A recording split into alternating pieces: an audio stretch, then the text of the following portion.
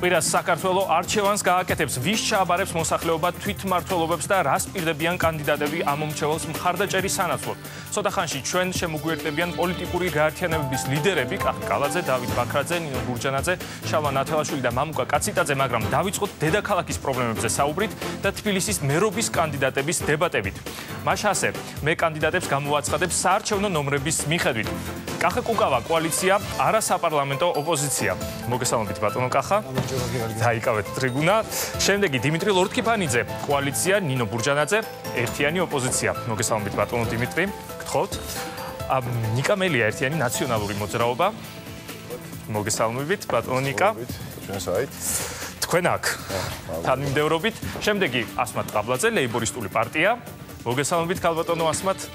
როგორ ბრძანდებით? მოგბრძანდით, დაიკავეთ თქვენი ტრიბუნა ბატონი ნიკას გვერდით. და დავით ნარმანია, კოალიცია, ქართული ოცნება. მოგესალმებით ბატონო დავით.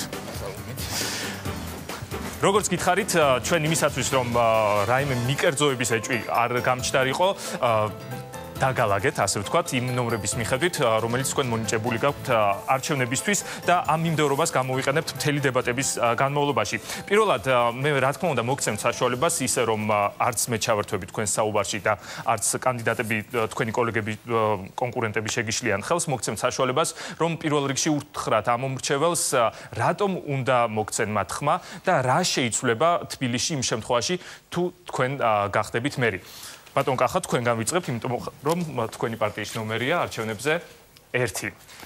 2 წუთი გაქვთ ამისთვის. იცოდეთ, რომ 2 წუთის შემდეგ ავტომატურად მიკროფონი ითიშება, ამიტომ მე თუ გაწყდება თქვენი ხმა, წინადადების დასრულების საშუალებასაც კი ვერ მოგცემთ, იმისათვის რომ ყველა თანაბარ მდგომარეობაში იყოთ. ბატონ კახა, გისმენთ? 2 წუთი გაქვთ თქვენ.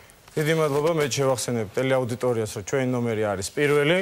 რაც შეეხება ჩვენ საარჩევნო პროგრამას, პირველი აქცენტი იქნება გაკეთებული თბილისის ბიუჯეტის სწორ განაწილებაზე და მე მინდა იცოდნენ კონკრეტულმა ადამიანებმა, ვისაც ეს ბიუჯეტი ეხება, რომ ყველა დევნილი, რომელიც ცხოვრობს თბილისში და დაკავებულ ფართს მიიღებს კერძო საკუთრების უფლებებს, რაც 7 წელია ვერ დასრულდა.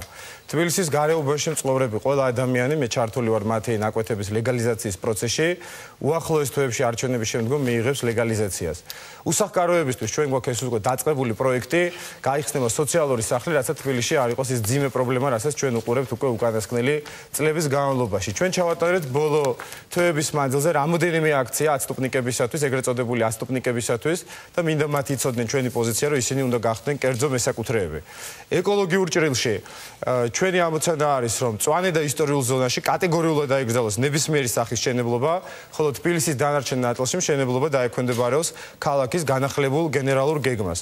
არის საკითხები, რომელზეც ჩვენ გვექნება ურთიერთობა ცენტრალურ ხელისუფლებასთან, პირველ რიგში მე გამოვყოფდი საკითხს ფიქსირებული გადასახადისდების დაწესება მცირე მეწარმეებისათვის და გარდა ამისა უმწვავესი პრობლემა ეს არის ბანკებისა და იპოთეკარებისაგან დაზარალებული მოვალეები, რომელთა სესხების რესტრუქტურიზაციის შესახებ ფორმას ჩვენ შევიმუშავებთ ცენტრალურ ხელისუფლებასთან თანამშრომლობის შედეგად. და ბოლოს, მიუხედავად იმისა, რომ მე თბილისის მერობის კანდიდატი ვარ, წარმოვადგენ მთლიანად ბლოკს არასაპარლამენტო ოპოზიციას და მინდა ვთქვა, რომ რეგიონებში ჩვენი ბლოკის ერთ-ერთი მთავარი პრიორიტეტი იქნება ადგილობრივი ეროვნული წარმოების შექმნა და ფულის ჩადება არა თბილისი პანორამაში, არამედ იმაში, რომ შეიქმნას ქართული ფორთოხალის წარმოება, ჩაის წარმოება. ეს არის აუცილებელი იმისთვის, ჩვენ მთელი საქართველო გვიყურებს, რომ ქართულმა სოფელმა სული მოითქვას. ეს იყო დაპირება, ბიძინა ივანიშვილის მთავარი წინასაარჩევნო დაპირება, თუმცა მათივე აღიარებით რეალურად არც ერთი ეროვნული პროდუქტის წარმოებელი საწარმო 1 ოქტომბრის შემდგომ საქართველოში არ შექმნება. 4 წამი კიდე დარჩა ზედა. დრუმც მოიტოვა ბატონო კახამ. დიდი მადლობა ბატონ დიმიტრი. გადავიდეთ ნინო გურჯანაძე ერთიანი ოპოზიციის კანდიდატთან ნომერი 3. გისმენთ თქვენ 2 წუთი თქვენ მოწვევისთვის მინდა მივესალმო ჩვენს მაყურებელს, მსმენელს.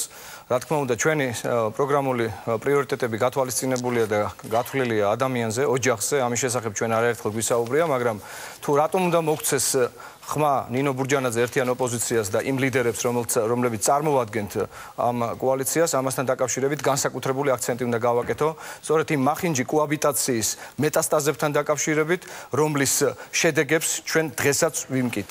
არ შეიძლება ჩვენი დებატები დაიწყოს იმ ფაქტის აღნიშვნის გარეშე, რაც დავით ცინდელიანის გაუჩინარების შემდგომ მისი გარდაცვალების გარემოებებთან დაკავშირებით გაკეთდა შინაგან საქმეთა სამინისტროში და მე მართლა ძალიან მაინტერესებს იმ გუნდის წარმომადგენელი, რომლის გუნდის მმართველობის პირობებშიც ადამიანებს მასობრივად კლავდნენ, მასობრივად აუპატიურებდნენ, მასობრივად აწამებდნენ და ამისთვის მეთოდოლოგიებს იყენებდნენ, ატანდნენ კედლებში, აღჭობდნენ ზღვებში. აქვს თუ არა მორალური უფლება? აქვს თუ არა მორალური უფლება მართლაც გააკეთოს განცხადება, რომ ის არის პრეტენდენტი იყოს თბილისის მერობის კანდიდატი, მაგრამ კიდევ უფრო მეტად მე პრეტენზია მაქვს ბატონ დავითთან, ნარმანიასთან და მის გუნდთან, რომლებმაც იმიტომ მიიღეს ხმები 1 ოქტომბერს 2012 წლის, რომ მათ უნდა აღეკვეთათ თარეში ნაციონალური მოძრაობისა. დღეს კოლექტიური შამათა ვარი ყველგან, პარლამენტშიც, პროკურატურაშიც, შინაგან საქმეთა სამინისტროშიც, ისინი ანხორციელებენ თავიანთ ძალაუფლებას, ისინი საფრთხეს უქმნიან ჩვენს მომავალს და ამისათვის საჭიროა, რომ 2014 წლის 15 ივნისს ყველანი მოვიდეთ საარჩევნო ყუთებთან და მხარი დაუჭიროთ ერთადერთ რეალურ ოპოზიციას, რომელსაც გააჩნია რესურსი ჩაანაცვლოს ეს კოცნაცური ალიანსი და რეალურად შეცვალოს რელსებიდან გადაიყვანოს ის პოლიტიკური სისტემა, რომელიც 20 წლის განმავლობაში უცვალებლად მართავდა ამ ქვეყანას. ეს არის საარჩევნო სიითი ნომერი 3, ნინო ბურჯანაძე ერთიანი ოპოზიცია და მე ყველას ვთხოვ 15 ივნისს შემოხაზოთ ნომერი 3. მოასწრო ბატონმა დიმიტრიმაც. მე გირჩევთ, რომ თქვენ რა თქმა უნდა ყურადღებით უსმენთ ისედაც ერთმანეთს, თქვენ გექნებათ საშუალება ერთმანეთს პასუხი გასცეთ ჩვენი გადაცემის შემდეგ ნაწილში. ახლა მე გირჩევთ, რომ ისევ ჯერჯერობით ვისაუბროთ იმაზე, თუ რატომ უნდა მოგცეთ თქვენ ხმა ამომრჩეველმა და რა შეიცვლება თბილისში თქვენი მერად გახდომის შემთხვევაში. ნიკა მელია, ნომერი 5, ერთიანი ნაციონალური მოძრაობა. 2 წუთი ბატონო. ძალიან დიდი მადლობა. საბოლოო დასკვნითი საარჩევნო კამპანიის კვირა დაიწყო. 5 დღეში ჩვენ ყველანი ერთად გავალთ საარჩევნო ყუთებთან, სადაც უნდა გადაწყდეს ბედი მომდენო 3 წლის განმავლობაში თუ როგორი ქალაქი გვექნება და როგორი იქნება ამ ქალაქში თითოეული მაცხოვრებელი ადამიანის ცხოვრების დონე და ხარისხი.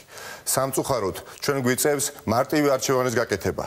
არჩევანი, რომელიც შედგება ან ჩვენ კვლავ უნდა ვუყუროთ ცენტრალური ხელისუფლების უნიათობასა და არაკომპეტენტურობას, რომელიც ამ ხელისუფლების მთავარი მახასიათებელია, ან ჩვენ ყველამ ერთად უნდა ავამუშაოთ ჩვენი ქვეყანა და მათ შორის თბილისი. ან ჩვენ კიდევ მოგვიწევს მოვითმინოთ და ვუყუროთ, როგორ ცილდება თითოეული საქართველოს მოქალაქეების შემოსავალი, კლებულობს ოჯახების შემოსავალი, ან ჩვენ მოგვიწევს ვუყუროთ კვლავ როგორ იკარგება სამუშაო ადგილები, როგორ ჩერდება ეკონომიკა, ან ჩვენ ყველამ ერთად უნდა გავარღვიოთ მოჯადოებული წრე. ან ჩვენ ყველამ ერთად კიდევ უნდა მოვითმინოთ და ვუყუროთ ხელისუფლების უუნარობას, თუ როგორ არ შეასრულა ის დაპირებები, რომელიც უხვად გაიცა საპარლამენტო არჩევნების წინ, როგორ არ გაიაფა საწვავი, როგორ არ გაზარდა პენსიები, როგორ არ გახსნა 100 საწარმო. ეს ყველაფერი არის ის, ან რასაც ხარი უნდა დაუჭიროთ, ან მეორე მხრივ, რასაც ხარი უნდა დაუჭიროთ, რომელიც ჩვენი პროგრამის ფარგლებში არის მოცემული. შეჩერებული პროექტების განხორციელება, რომელმაც გამოიწვია არა მხოლოდ ინფრასტრუქტურული პროექტების შეჩერება, არამედ ათასობით სამუშაო ადგილების დაკარგვა. მნიშვნელოვანი არის, რომ იაფი მგზავრობის პროგრამა ამოქმედდეს ჩვენს დედაქალაქში, რომ ყველა სოციალურად შეჭურებული ფენა სარგებლობდეს უფასო მგზავრობით მუნიციპალურ ტრანსპორტში, ავტობუსსა და მეტროში. მნიშვნელოვანია, რომ 10,000-ობით სტატუს შეჩერებულ სტუდენტს მიეცეს საშუალება ისარგებლოს მიზნობრივი პროგრამით, რომელსაც კიდევ უფრო გააფართოვებს მერის შესაბამისი სამსახურები. აი ეს არის, რასაც ჩვენ ვთავაზობთ და მნიშვნელოვანია მათი არჩევანი, თბილისელების არჩევანი. მოასწრო ბატონმა ნიკავაც, ქალბატონო ასმათ, რატომ უნდა მოგცეთ თქვენ ამომრჩეველმა ხმა ლეიბორისტული პარტია ნომერი 20, გისმენთ 2 წუთი. ნომერი 20. ყველა საკითხს დედაქალაქში მნიშვნელოვან საკითხს გადავწყვეტ მოსახლეობის გამოკითხვით. აუცილებლად იქნება სწორი დაგეგმარება. შეჩერდება რეკრეაციული ზონების ჩეხვა, პირიქით ახალი რეკრეაციული ზონები გაშენდება. გადასასვლელი მიწისქვეშა გადასასვლელები აღდგება და ახალი აშენდება. შეჩერდება და გაუქმდება ტროტუარებზე ავტოსადგომები. აუცილებლად აშენდება და გაკეთდება ახალი მიწისქვეშა სადგომები. სიტი პარკის ხელშეკრულება შეწყდება და გადავა მერის მუნიციპალიტეტზე გადავა. ასევე აუცილებლად გაიცემა სესხები მცირე და საშუალო ბიზნესის განვითარებისთვის. ეს ცესხი იქნება უპროცენტო და პროცენტიანი, დაბალპროცენტიანი და გრძელვადიანი ბიზნესის განვითარება. მე ბიზნესმენი განთავისუფლდება აუცილებლად 1 ან 2 წლით გადასახადებისგან რომ ამოითქვას სული და მან გადაიხადოს ეს ცესხი. ბაზრებში და ბაზრობებზე აუცილებლად უნდა იყოს სანიტარული ნორმები დაცული და კეთილმოწყობილი და ფიქსირებული გადასახადი. ეს აუცილებელია მცირე მეწარმეებისთვის. აგრეთვე უნდა თბილისში მოვიწვიოთ ურბანისტები და არქიტექტორები, რომლებიც თბილისის აგეგმარებას სწორად და სწორად ჩაატარებენ. პენსიონერებისთვის უნდა იყოს უფასო მგზავრობა, სტუდენტებისთვის უფასო მგზავრობა, სოციალურ დაუცველებისთვის ისეთივე დახმარება, თითქმის პენსიის მსგავსი დახმარება სოციალურ დაუცველებისთვის, გამოიყოს ბიუჯეტიდან თანხა და აშენდეს ახალი ბინები, რომლებიც იქნება უბინაო და უსახკარო დარჩენილი თბილისელების, მაგრამ ეს იქნება საუწყებო ბინა.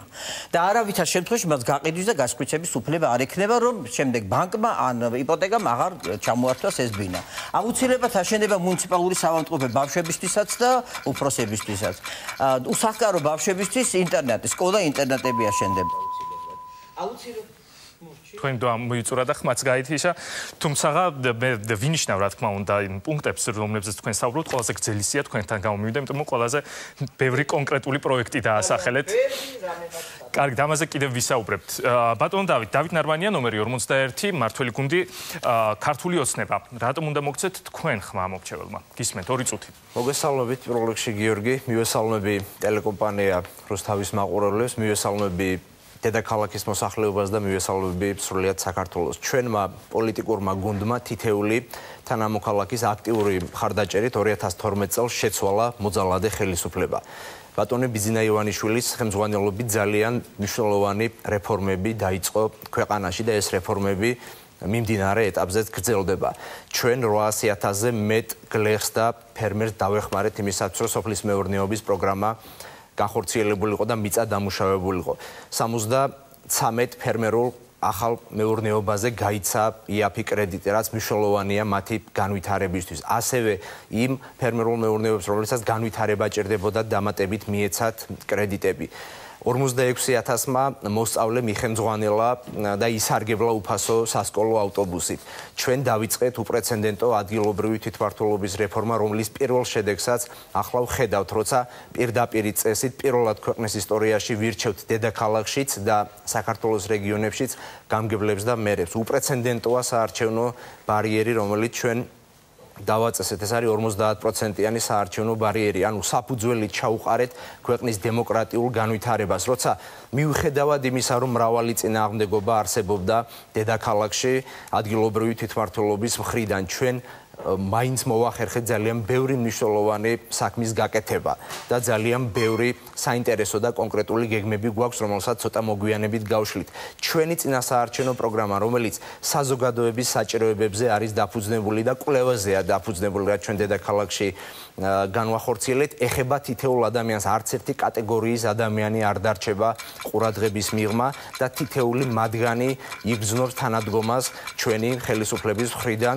რომელიც 15 ივნისის არჩევნების შემდეგ შეუდგება მმართველობას დედაქალაქში. დიდი მადლობა ბატონო დავით, ჩვენ მოვისმინეთ ყველა კანდიდატის პოზიცია, მეტნაკლებად ზოგმა უფრო კონკრეტულად ისაუბრა პროექტებზე, ზოგმა უფრო ნაკლებად. ახლა თქვენ გაქვთ საშუალება ერთმანეთს უპასუხოთ, თქვენ მოისმინეთ ერთმანეთის მოსაზრებები და მე მაინტერესებს როგორ შეაფასებთ თქვენი კონკურენტების პროგრამას ან იმ დამოკიდებულებას, რომელიც მან დააფიქსირა ამ მომრჩევლის გულის მოსაგებად. მოდით დავიწყოთ კახაკუკავას გამოსვლის შეფასებით.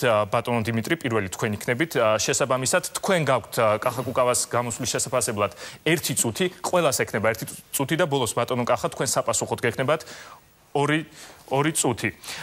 მე რა თქმა უნდა ვისურვებდი და მაყურებლისთვის ალბათ საინტერესო იქნებოდა, რომ თქვენ განსაკუთრებით ხაზი გაუსვათ, რა განსხვავებაა თქვენს დამოკიდებულებებს შორის და რა მოგწონთ, ან თუ არის ასეთი, ან პირველ რიგში რა თქმა უნდა, რა არ მოგწონთ ბატონი კახას პროგრამაში და დამოკიდებულებაში. გისმენთ ბატონო დიმიტრი, 1 წუთი.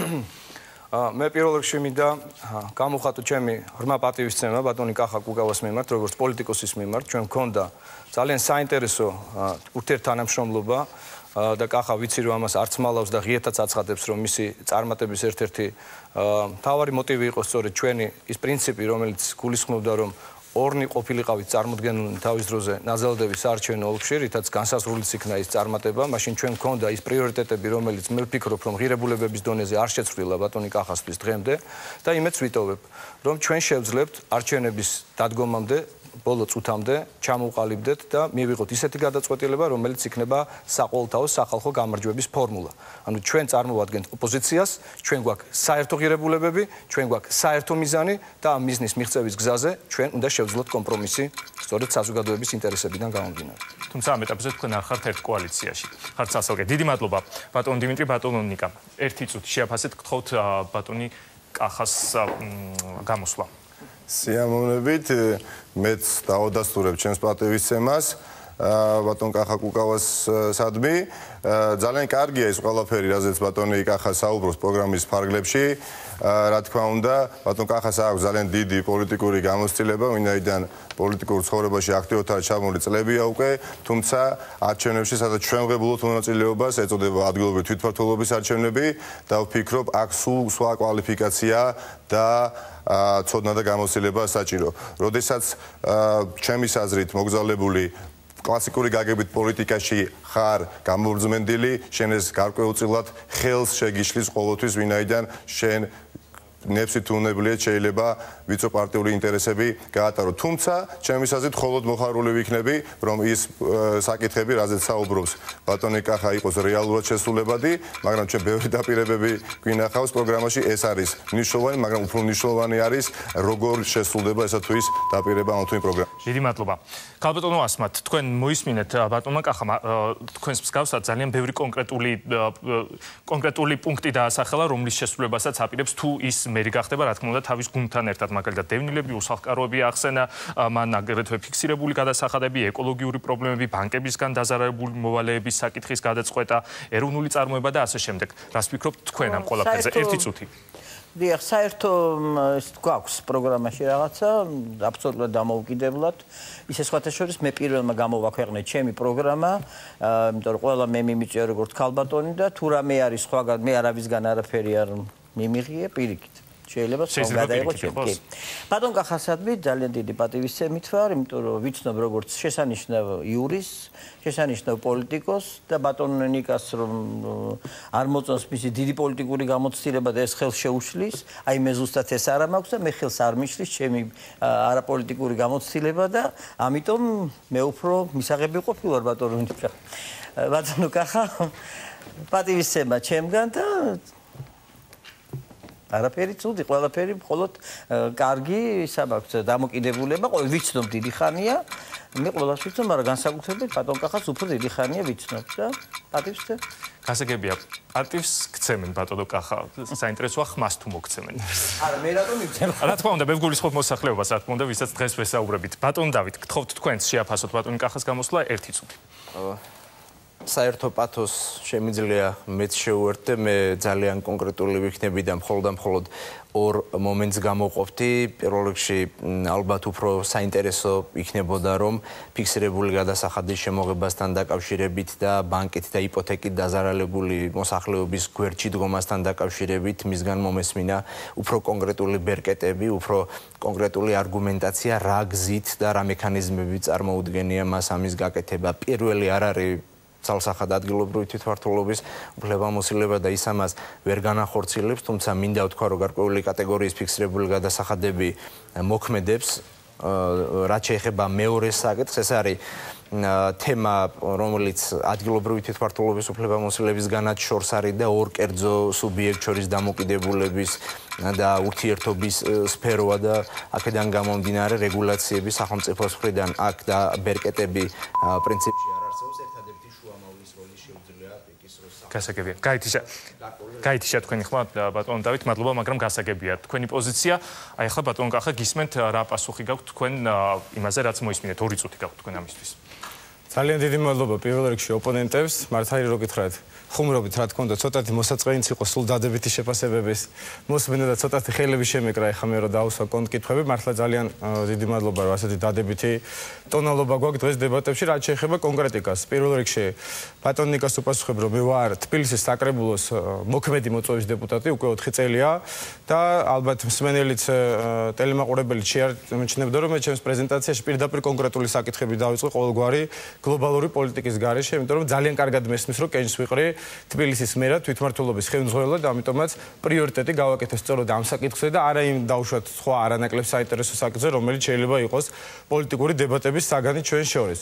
რაც შეეხება ბატონ დავითს აბსოლუტურად სწორად ბრძანეთ რომ ის ორი საკითხი რომელიც შეეხება ფიქსირებულ გადასახადს და საბანკო ვალების რესტრუქტურიზაციას არ გაეკუთვნება თვითმმართველობის კომპეტენციას და ალბათ ყურადღება მიაქცეთ რომ ეს მეც გამოვყავი.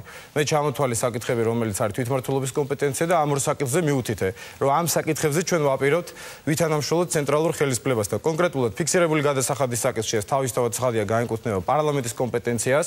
საგადასახადო კოდექსში უნდა შევიდეთ ცვლილებები და ჩვენ შევიტანთ ამას როგორც კანონ პროექტს მე ვიყავი რამოდენიმე დღის წინ ავტოგის ბაზრობაზე, სხვა ბაზრობებზე და ძალიან გავრცელებული პრობლემა არის ის, რომ საგადასახადო ინსპექტორთან ძალიან მცირე მეწარმეს უხდება დავა იმ ჩეკის გამო, რომელიც ბიუჯეტისთვის არანაირ ფისკალურ ინტერესს არ წარმოადგენს. რაც შეეხება საბანკო ვალების რესტრუქტურიზაციას 30 წამში ალბათ ვრცელი პროგრამის მოყოლა გამიჭირდება, მაგრამ იმის თქმას ნამდვილად მოვასწრებ, რომ ჩვენი პროგრამა იქნება ზუსტად ის ბატონ დავით, რასაც თქვენ პირდებოდით 1 ოქტომბრამდე, გახსოვთ თქვენ ბიძინა ივანიშვილის ცნობილი ფრაზა, ეს არის დაბალპროცენტიანი სესხების რესტრუქტურიზაცია, ანუ არავინ არ ითხოვს არაფრის ჩუქებას, გარდა ამისა უნდა შევიდეს ცვლილებების საახსროლებო კანონმდებლობაში და კატეგორიულად დაეგრძელოს ნულოვანი აუქციონები, რაც პრაქტიკულად წარმოადგენს იპოთეკით დატვირთული ქონების ძარცვას და მითვისებას.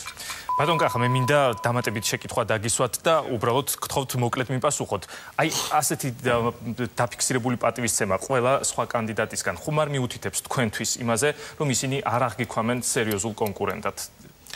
მე არ შემიძლია გაკრიტიკებენ, უბრალოდ პატივისცემას აფიქსირებენ თქვენს მიმართ. ნანახი გექნება თუთუოდ ბატონ გიორგი ცნობილი ქართული ფილმი რეკორდი და ეხა მე ვერ ვეტყვი ეხა მაინც და მაინც ვერ მოვთხოვ ჩემს ოპონენტებს რომ გინდა თუ არა მლანძღონ იმისთვის რომ ეს დებატები იყოს საინტერესო. პირიქით მე ვფიქრობ ეს არის ნორმალური და ამორჩეველს ბევრად უფრო მეტი საშუალება აქვს გააკეთოს დასკვნა რომელი ადამიანი უნდა აირჩიოს თბილისის მერად, როდესაც არის თემატური დებატები, ვიდრე როდესაც მიდის პირადი შეურაცხყოფა და ლანძღვა. დიდი მადლობა. დიდი მადლობა ბატონ დიმიტრი, თქვენთან გადმოვდივართ უბრალოდ ახლა თქვენი კონკურენტები შეაფასებენ თქვენს გამოსვლას ბატონმა დიმიტრიმ ის 2 წუთი რომელიც მას ჰქონდა უფრო მეტად დაუთმო როგორც თქვენ თქვით მახინჯი კოაბიტაციაზე საუბარს, ქოცნაცურ კოაბიტაციაზე საუბარს და არა პროგრამის დეტალებს. რას ფიქრობთ თქვენ ამაზე? ბატონ კახა, ისევ თქვენგან ვიწყებთ. 1 წუთი გაქვთ თქვენ ამისთვის.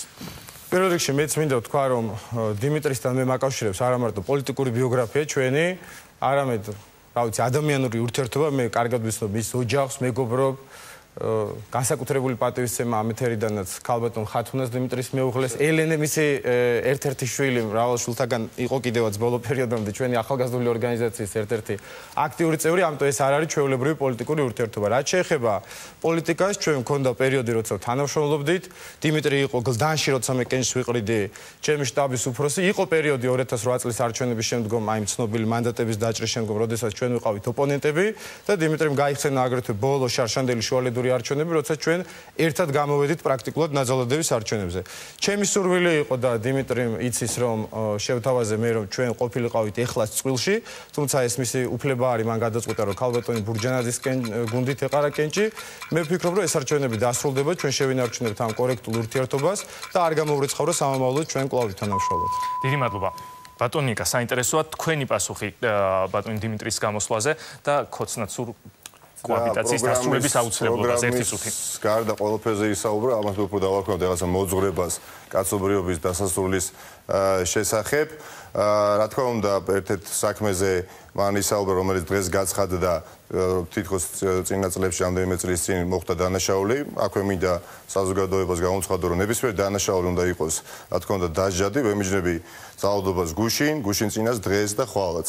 მაგრამ ძალიან დიდი ეჭვებს ბადებს და მახსენდება რაფალიანცის ბავშვის ტრაგედია წინასაარჩევნო კამპანიას გულისხმობ 2012 წელს. ძალიან დიდ პარალელს ვავლებ ამ საქმესთან დაკავშირებით და მე ვფიქრობ ვფიქრობ, საზოგადოება საკმარისად მომწიფდა რეალურად ასე გააკეთოთ. რაც შეეხება ბატონ დიმიტრის ამ მორალურ კატეგორიებზე საუბარს, რა თქმა უნდა, უხერხულია, ვინაიდან მას მისი წარსული ნამდვილად არ უმაგრებს ზურგს, რომ ასეთი აპლომბით და თავდაჯერებულობით ისაუბროს მორალურ კატეგორიებზე სამწუხაროდ.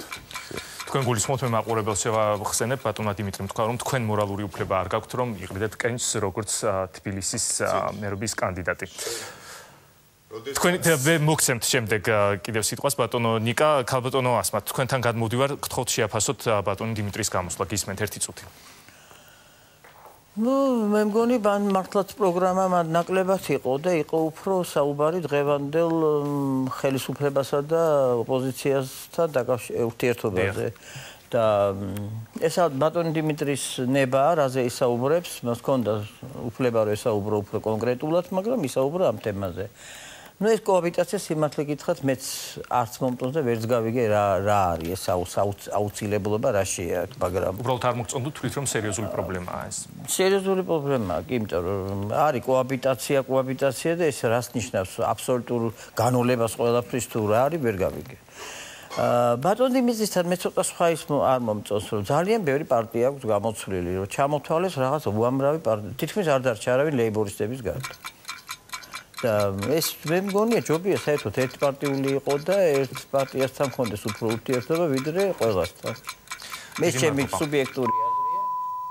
დიდი მადლობა. რამდენიმე წუთში გიპასუხოთ ბატონ დიმიტრი, ბატონ დავით. გისმენთ როგორ შეაფასებთ თქვენი კონკურენტის გამოსვლას? შეფასება იმდენად არ მექნება, რამდენადაც უფრო რჩევა დიმიტრისთან, მან ისაუბრა კოჰაბიტაციასთან დაკავშირებულ საკითხებზე და უბრალოდ უმჯობესი იქნებოდა მას ნაცვლად ამ საკითხებზე ოქროს დროის დაკარგვისა, ამ მრჩევლებისთვის მისი წინასაარჩევნო პროგრამა მიეწოდებინა. აქვე დავძენ იმას, რომ ჩვენ რო კოჰაბიტაციაში ვიყოთ იმ პოლიტიკურ ძალასთან, რომელსაც ის გულისხმობს, ესეთ შემთხვევაში, რა თქმა უნდა, ჩვენ დაკავებული არ გვეყოლებოდა ძალიან ბევრი მაღალჩინოსანი, რომელიც დღეს დაკავებულია. ჩვენ არ გვექნებოდა უამრავ საქმეზე გამოძიება დაწყებული, სადაც დანაშაულის ნიშნები ვნახეთ. ჩვენ ესეთ შემთხვევაში დედაქალაქში უფრო ნაკლები პრობლემა გვექნებოდა და სწორედ ხელშეშლა, რაც არსებობდა დედაქალაქში, ის დაუგებელი გზები, ის მოუწესრიგებელი ინფრასტრუქტურა, ძალიან ბევრი პრობლემა, რაც დედაქალაქში ბოლო წელიწადნახევრის განმავლობაში საბოტაჟიდან გამომდინარე დაგროვდა, არ გვექნებოდა და აქედან გამომდინარე ასე თქვათ, იქნებოდა უფრო სხვა მდგომარეობა. დიდი მადლობა. ნაი ახლა ბატონო დიმიტრი, თქვენ გაქვთ საშუალება უპასუხოთ თქვენს კონკურენტებს, 2 წუთი გაქვთ თქვენ ამისთვის. დიდი მადლობა. პირველ რიგში მინდა ქალბატონ ასმაც გამოვეხმაურო ის რასაც ახლა აცხადებდა ამას წერდა კიდეც ერთ-ერთ თავის სტატიაში, მინდა გითხრათ ღიად, საჯაროდ, რომ არც ბატონ კახასთან ურთიერთობის დროს და არც ქალბატონ ნინო ბურჯანაძესთან პოლიტიკური პარტნიორობის პროცესში მე არ გახლდით და არ გახლავართ რომელიმე პარტიის წევრი. დღესაც ვარ უპარტიო, შეგიძლიათ მიბრძანდეთ ცენტრალურ საარჩევნო კომისიაში და ჩემი განაცხადი შეამოწმოთ, სადაც ნათლად წერია, რომ მე გახლავართ უპარტიო. არასწორი ინფორმაცია გქონდათ. ბატონ კახას მინდა მადლობა მოვახსენოთ ჩემი ოჯახის დადებითად მოკითხვისთვის, ჩემი მეუღლის და ელენესი, დიახ, მართლაც ჩვენ გვაკავშირებდა ეს პერიოდი.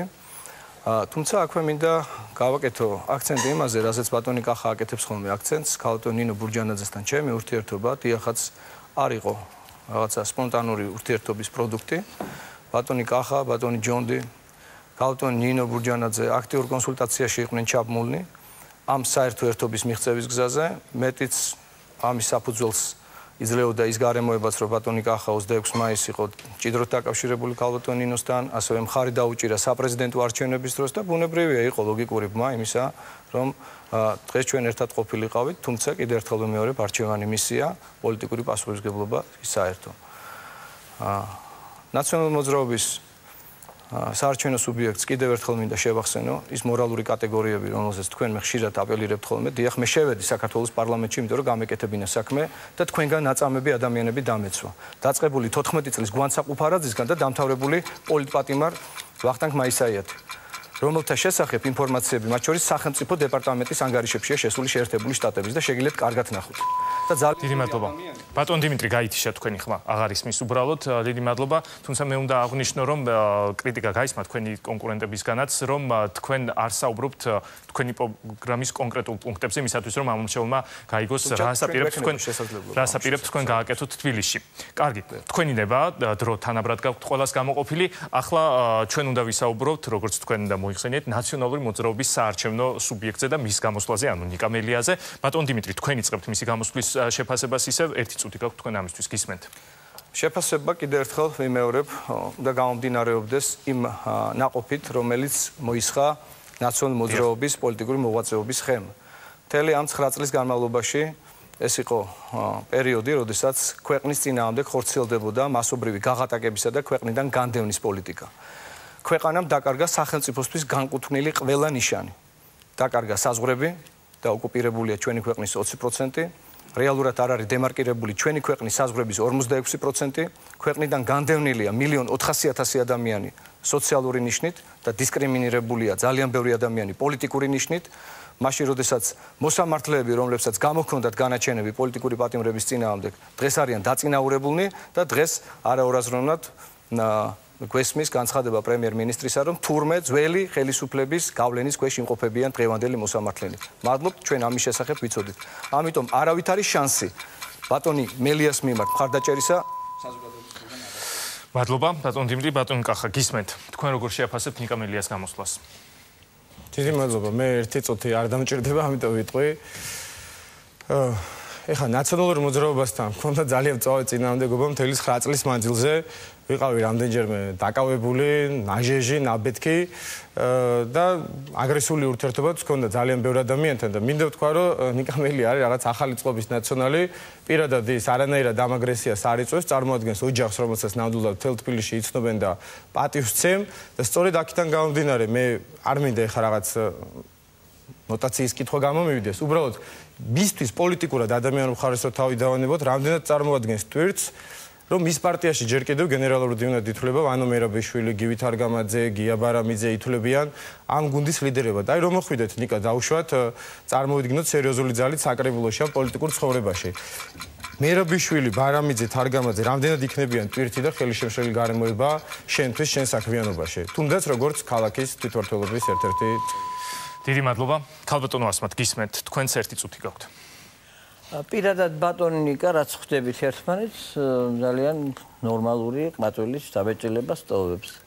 მაგრამ რასაც მე ვხედავ, რასაც აკეთებს ნაციონალური მოძრაობა, ერთი და იგივე ხალხი ისევ იბრძვის, ისევ სათავეში ყოფნა უნდა და არაფრით არ თმობენ 9 წელიწადი მე რაც ისე იყო ნაციონალური მოძრაობის წარმომადგენლები. მე მგონი ახლა უკვე საკმარისია, რომ ქალაქის მერობა უკვე ამ გუნდს აღარ კონდეს და კონდეს სხვა გუნდს.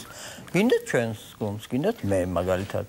ამიტომ ბატონიკასთან პირადი არაფერი ისეთი არ მაქვს, რომ თქვა რაღაცა უთხრა წუდი, მაგრამ აი ეს იგივე ის არის, რომ აი გუნდი და გუნდ მე არ დაუთმობდი, იმიტომ რომ დიდხანს იყვნენ. კარგით. ნუ წავართ დროს ქალბატონ ასმაც დიდი მადლობა ქალბატონ ასმაც ბატონ დავით თქვენთან გადმოვდივართ და მე თქვენს და მაყურებელსაც შევახსენებ რომ ბატონმა ნიკამ საკმაო ნაწილი თავისი დროის დაუთმო ამჟამინდელი ხელისუფლების უნარობაზე საუბარს და შეჩერებულ პროექტებს. საინტერესოა თქვენი პასუხი 1 წუთი გაქვთ. დიახ, ზუსტად მეც ეს მინდოდა, მე თქვა დღეს მეოთხე გადაცემაა, როცა ბატონი ნიკა ზუსტად ხას უსვამს ამ საკითხს და სხვას არაფერს არ ამბობს. თან მისი გამოსვლის ძალიან დიდი ნაწილი ეს არის არაარგუმენტირებული, რეალობასთან ახლოს არ მყოფი და სიცრუე და ის ეწევა სიცრუის ტირაჟირებას. მან ნაცვლად თავისი პროგრამის წარდგენისა, რომელსაც ელოდება ალბათ გამომრჩეველი, გააკეთა ისევ და ისევ იგივე ტაქტიკით ჩვენი ძალიან ძლიერი რეფორმატორი და განვითარებაზე ორიენტირებული პოლიტიკური გუნდის მიმართ სიცრუის და ცრუ ფრაზების სროლა.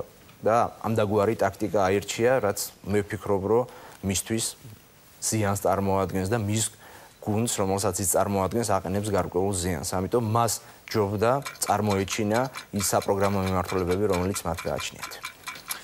ბატონ ნიკა, არც დაჭირდა ბატონ დავითს ერთი წუთი იმისათვის რომ დაეფიქსირებინა თავისი პოზიცია თქვენს გამოსვლასთან დაკავშირებით სიცრუე და სიცრუის ტირაჟირება და ბატონ დავითი ამბობს რომ ეს პირველად არ ხდება და ძირითადად ეს არის თქვენი ტაქტიკა დებატების დროს გისმენთ. ბატონ დავით ნარმანიასგან ამაზე საუბარი ჩემი შენ გითხარიო მე მგონი მეოთხე დებატებია და საზოგადოებას ამის განჯის საშუალება ჩვენ მივეცით და ისინი გადაწყვეტენ 15 ივნისს რაც შეეხება სიცრუის ტირაჟირებას სიცრუის ტირაჟირება ისეთი უნდა როგორცაც თქვენ სამწუხაროდ ახერხებთ უკანასკნელი 2 წლის განმავლობაში რომელი ერთი გითხრათ და საიდან დავიწყო დაწყებული იმ გარღვეული ბიუჯეტით 700 მილიონით დამთავრებული გაგრძელებული შემდგომ იმ ძვირი ვალის აღებით 1.7 მილიონით გაგრძელებული 26000 სამუშაო ადგილი დაკარგეთ მხოლოდ კერძო სექტორში სამშენებლო სფეროში სხვადასხვა დარგებში თითქმის 50000 სამუშაო ადგილი დაიკარგა ეკონომიკა რეალურად არის შეჩერებული და ყველაზე კარგი ბარომეტრი არის გაბრძანებული საზოგადოებაში და იქ ისაუბრეთ ხალხთან და ისინი მიხვდებიან უფრო მცირდება შემოსავალი დამატებით სამუშაოები იკარგება თუ დამატებით სამუშაოები იმატებს თქვენ ერთადერთი რაც წარმატებით გააკეთეთ ის სამწუხაროდ ჩემ და იმიტომ რომ მეც ამ ქვეყნის მოქალაქეა და ხოლმე გამიხარდება როდესაც ცენტრალური ხელისუფლება არის წარმატებული 138 მილიონი აი ამ გარღვეული ბიუჯეტის ფონზე ყველაფერი იმის ფონზე რაც მე ვისაუბრე 138 მილიონი ლარით გაზრდილ ხელფასებზე მეტი პრემია დაიწერეს 35000 ლარი საჯარო მოხელეს არ ახსოვს თანამედროვე მე მგონი სახელმწიფოების ისტორიას რომ რომელიმე საჯარო მოხელეს აიღო 35000 ლარი მაშინ როდესაც პენსია ვერ გაზარდეთ მაშინ როდესაც საწვავზე ფასი ვერ გაიაფეთ მაშინ როდესაც 70 საწარმო გავხსენით პრემიერ-მინისტრი იძახის და საარჩევნო კამპანიაში არის ქართული ოცნება და როგორ ფიქრობთ თბილისელებო თქვენ ბატონო დავით გეკითხებით საარჩევნო კამპანიაში ხარ და 70 საწარმო გახსნილი გქონდეთ თქვენ უთო ვერცერთ ან არცერთ არაჩვენებდით ტელევიზიით 2 3 4 5 მაინც ხომ დააჩვენო 700 ადამიანი დავასაქმეთ 70 საწარმო გავხსენითო ამიტომ სიცრუის ტირაჟირებაზე როდესაც არის საუბარი რა თქმა უნდა სათქმელად არის ძალიან მარტივი მაგრამ თავარი არის საქმე თავარი ის ფაქტები რასაც ჩვენ თვალყურს ვადევნებთ დიდი მადლობა ნატონიკა ქალბატონო ასმათ ახლა უკვე თქვენი გამოსვლის შეფასებაზე გადავდივართ მე კიდევ ერთხელ აღვნიშნავ რომ ყველაზე გრძელისია როდესაც თქვენ გისმენთ იქ გამომივიდა დიახ და ეს ნახევარი იყო იმიტომ რომ ალბათ დრო არ გეყოთ თუმცა ძალიან ბევრი კონკრეტული პუნქტი დაასახელეთ და არ დაკარგეთ დროს სხვების კრიტიკაში მოდით მოვისმინოთ რას ფიქრობენ ამ კონკრეტულ გეგმებზე და რამდენად რეალისტურად თვლიან ამ კონკრეტულ გეგმებს თქვენი კონკურენტები ბატონ კახ თქვენ გავიწყებთ ერთი წუთი მივესალმები ქალბატონ ასმაც პირველ რიგში მინდა ვთქვა რომ ჩვენ ლეიბორისტულ პარტიას არ განვიხილავთ როგორც კონკურენტს და როგორც ოპონენტს იმიტომ რომ დიდწილად იდეოლოგიურადაც და პოლიტიკური წარსულითაც ჩვენ ვართ ასე ვთქვათ უკომპრომისო ოპოზიციური ძალები რომლებიც ერთად ვებრძოდით ჯერ შევარდნაძის და მერე სააკაშვილის რეჟიმს ჩვენ რამოდენიმე დღის წინ ხელი მოვაწერეთ მემორანდუმს და რამოდენიმე რაიონში შევთანხმდით იმაზე რომ ხარს დაუჭერთ ერთიან კანდიდატებს